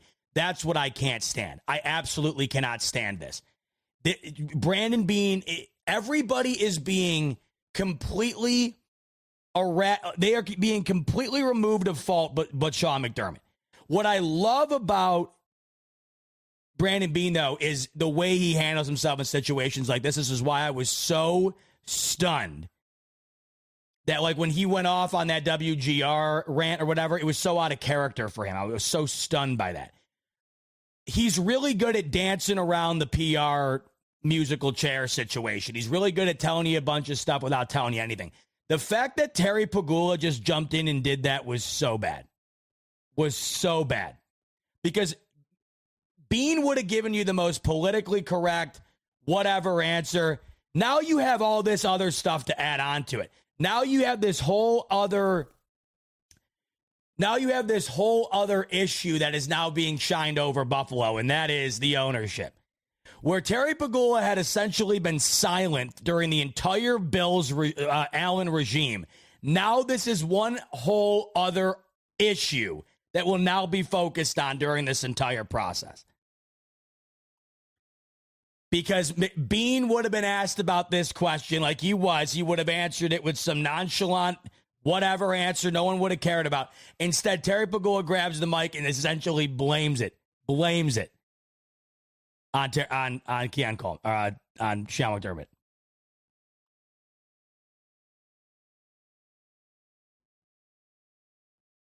Plus, I saw this too from what is it? Hazet? Yeah, there's a video of Beane scouting Keon Coleman at the combine talking about his 40 time. I've seen that. If I could just answer for you. Wow. On those before we paid Josh, okay, we made the move for Stephon Diggs. Obviously paid him. Cole Beasley, John Brown, Emmanuel Sanders, drafted Gabe Davis. We were in a lot of 10 personnel. The game changes. It evolves. Some things don't change, but some things do. And so the league at that time was, and what our coaches asked for back when Brian Dable was here, was to spread things out, okay? We want to spread these guys out and get mismatches. Well, then defenses started saying, okay, we're going to get smaller and more athletic, so we're going to bring things in. You've seen the last couple of years we've been in with more tight ends on the field, running the ball more. So there's just different iterations of how you score points. And you have to, when you're paying Josh what you're paying him now versus what you were paying him in 2020, 2021, 2022, you got to make some sacrifices. And where we pick, we're not picking at the top, okay? When you say free agency, like, I'm not sure what players that we could have acquired, that I've got to be able to afford them, okay? So you're making selections. The number one thing I always want to do with Josh Allen is protect him, okay? We've had an O-line that's gotten better and better. All right, okay, we're almost near 2 hours. I wasn't expecting the fellas to hop on earlier, so I can't keep going on this much longer. I got a wife I got to pursue the rest of the day, unfortunately. I'll get to a couple super chats. I'm just going to read them a lot. Unfortunately, I'm not going to be able to elaborate them. I'm sorry. We're 2 hours in, and I got an appointment I got to get to. I did not expect this to go this long. So, Brian Bowers, that was an awful press conference. What a joke. We all should be worried. of this regime going forward. Brian Bowers also adds, Terry Pegula sounded like Woody Johnson up there, absolutely detached and clueless. We are in trouble, in my opinion. I hope I'm wrong. We got Rocky dropping off a super chat saying, Mr. Pegula sounds so clueless, shaking my head. We got Jay saying Pegula has no idea what he is doing. We have Dabro. Pegula is legitimately not very smart. Bills will regret this decision internally. We have Brian saying, Z-Bot, F the video, just keep spitting facts. I didn't see the presser, but the quotes are out there. Yeah, we finally got the audio to work, thank God. Raggedy, can you and Rico do a little chime in tonight with fans? This is all fascinating. I just have such a different perspective at the moment. We will win. Yeah, let me talk to Rico. Maybe we'll do something again tonight. I'd like to talk about this more. I just can't right now. We have Aoife coming in. Hey, Z-Bot. I had to take a mental health break from all things Bills, but I'm back from the psychiatrist and therapist. What have I missed? Well, Aoife, you missed a wild press conference that we just went over, and it's all over social media, so make sure to go take a peek. Aoife saying, also, don't forget my DM. Love you, Z-Bot. Yeah, I'll take a look at that, Aoife. I love you guys so much. Do good, be good. God bless. Go Bills. Appreciate you, Aoife. Money Mitch, the lead Robster, seemed like they weren't even ready for questions. Yeah, I mean, you would have thought they would have been a little bit more prepared. I don't know. I don't know.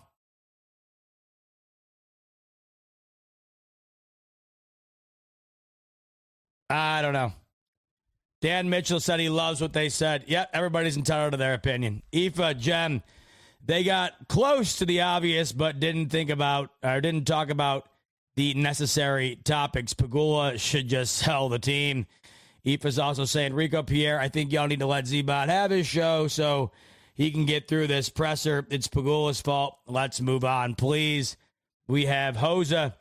If I'm the owner and I see fans celebrating before the games in the parking lot, there's no need for the owner to spend more money. Signified 2021 was a championship roster. That's almost undeniable. And the Chiefs dropped the most points they ever put on us on that roster. Once again, Signified, that was 5 years ago. Beane is a joke. Does he not know does he not know there's video of him at the combine saying he wants to draft Keon? Saw that too. Signified coming in with a banger. There is hope for us. We can get out of cap hell with some cuts. We can fill those holes with a great draft. A great new coach can be the guy who takes us over the top. Dan Reeves got Denver to 3 Super Bowls. Mike Shanahan got them over the hump. Well, only time will tell, but it will be with somebody new. Ryan saying, my favorite part was that the next coach isn't SBOB. Why not give Sean another shot? Next 3 years is absolutely SBOB. I do not know what SBOB is. Maybe I'm missing something. Lightning Bear, welcome to the drought. Terry doing what Terry does best. Sabres 2.0. Lightning Bear, McDee's 1 draft produced 8 Pro Bowl seasons and 2 first-team All-Pros. Beane's 7 drafts produced 2 Pro Bowls seasons and J.A. Money Mitch, I wanted change, but also wanted honor due to McDermott, show a little more class and be a little more transparent. Guys just didn't seem prepared for questions and seemed surprised by negativity. Aoife saying, honestly, Bot, we need to move on from the past. I think that's what they're all trying to do at this point. McAndrew Graphics, I love Pegula's reason why we lost was because of a bad call by the refs, but then says the reason why he let Sean go was a direct result of the game. Sean lost his job because of the refs, which he then clarified that he didn't. Yeah. Wish I had more time. I'm sorry, folks. That's over 2 hours that I was not expecting to spend. I thought we were going to watch the press conference and get out. This went a little longer than I anticipated, but I appreciate all those super chats. And next time around, I'll make sure to spend far more time on those super chats and reading them aloud and diving into them. On the way out the door, give a shout out to my friends over at Sleeper. Link in the description below. Click that and sign up for a Sleeper account. Once you do, you will immediately get a free $20 entry. You can use that on Sleeper picks for the AFC and NFC championships, the NBA, the NHL, you name it. It's all on Sleeper. Once you use your free $20 entry, use the promo code on your screen, BF25, and you will get a 100% match up to $100 on your first deposit. Terms and conditions apply. See Sleeper terms of use for details. Currently available in over 25 states. Check out Sleeper via the link in the description below today. All right, sorry for that. That was not the greatest stream of all time, to be honest. Took 20 minutes to get the audio up. Had a bunch of people coming in and out and whatever. So we will have a better one coming your way later this week. I promise. I apologize. Plus, I'm sick as a dog still, so I probably need to get back to bed or something. I got a stupid appointment I got to go to, but I got to go make sure that I don't have something contagious. So, all right, I'm out. Much love, everybody. Let's continue down this process of insanity that is the offseason of the Buffalo Bills in 2026 together soon here. All right, much love. Go Bills.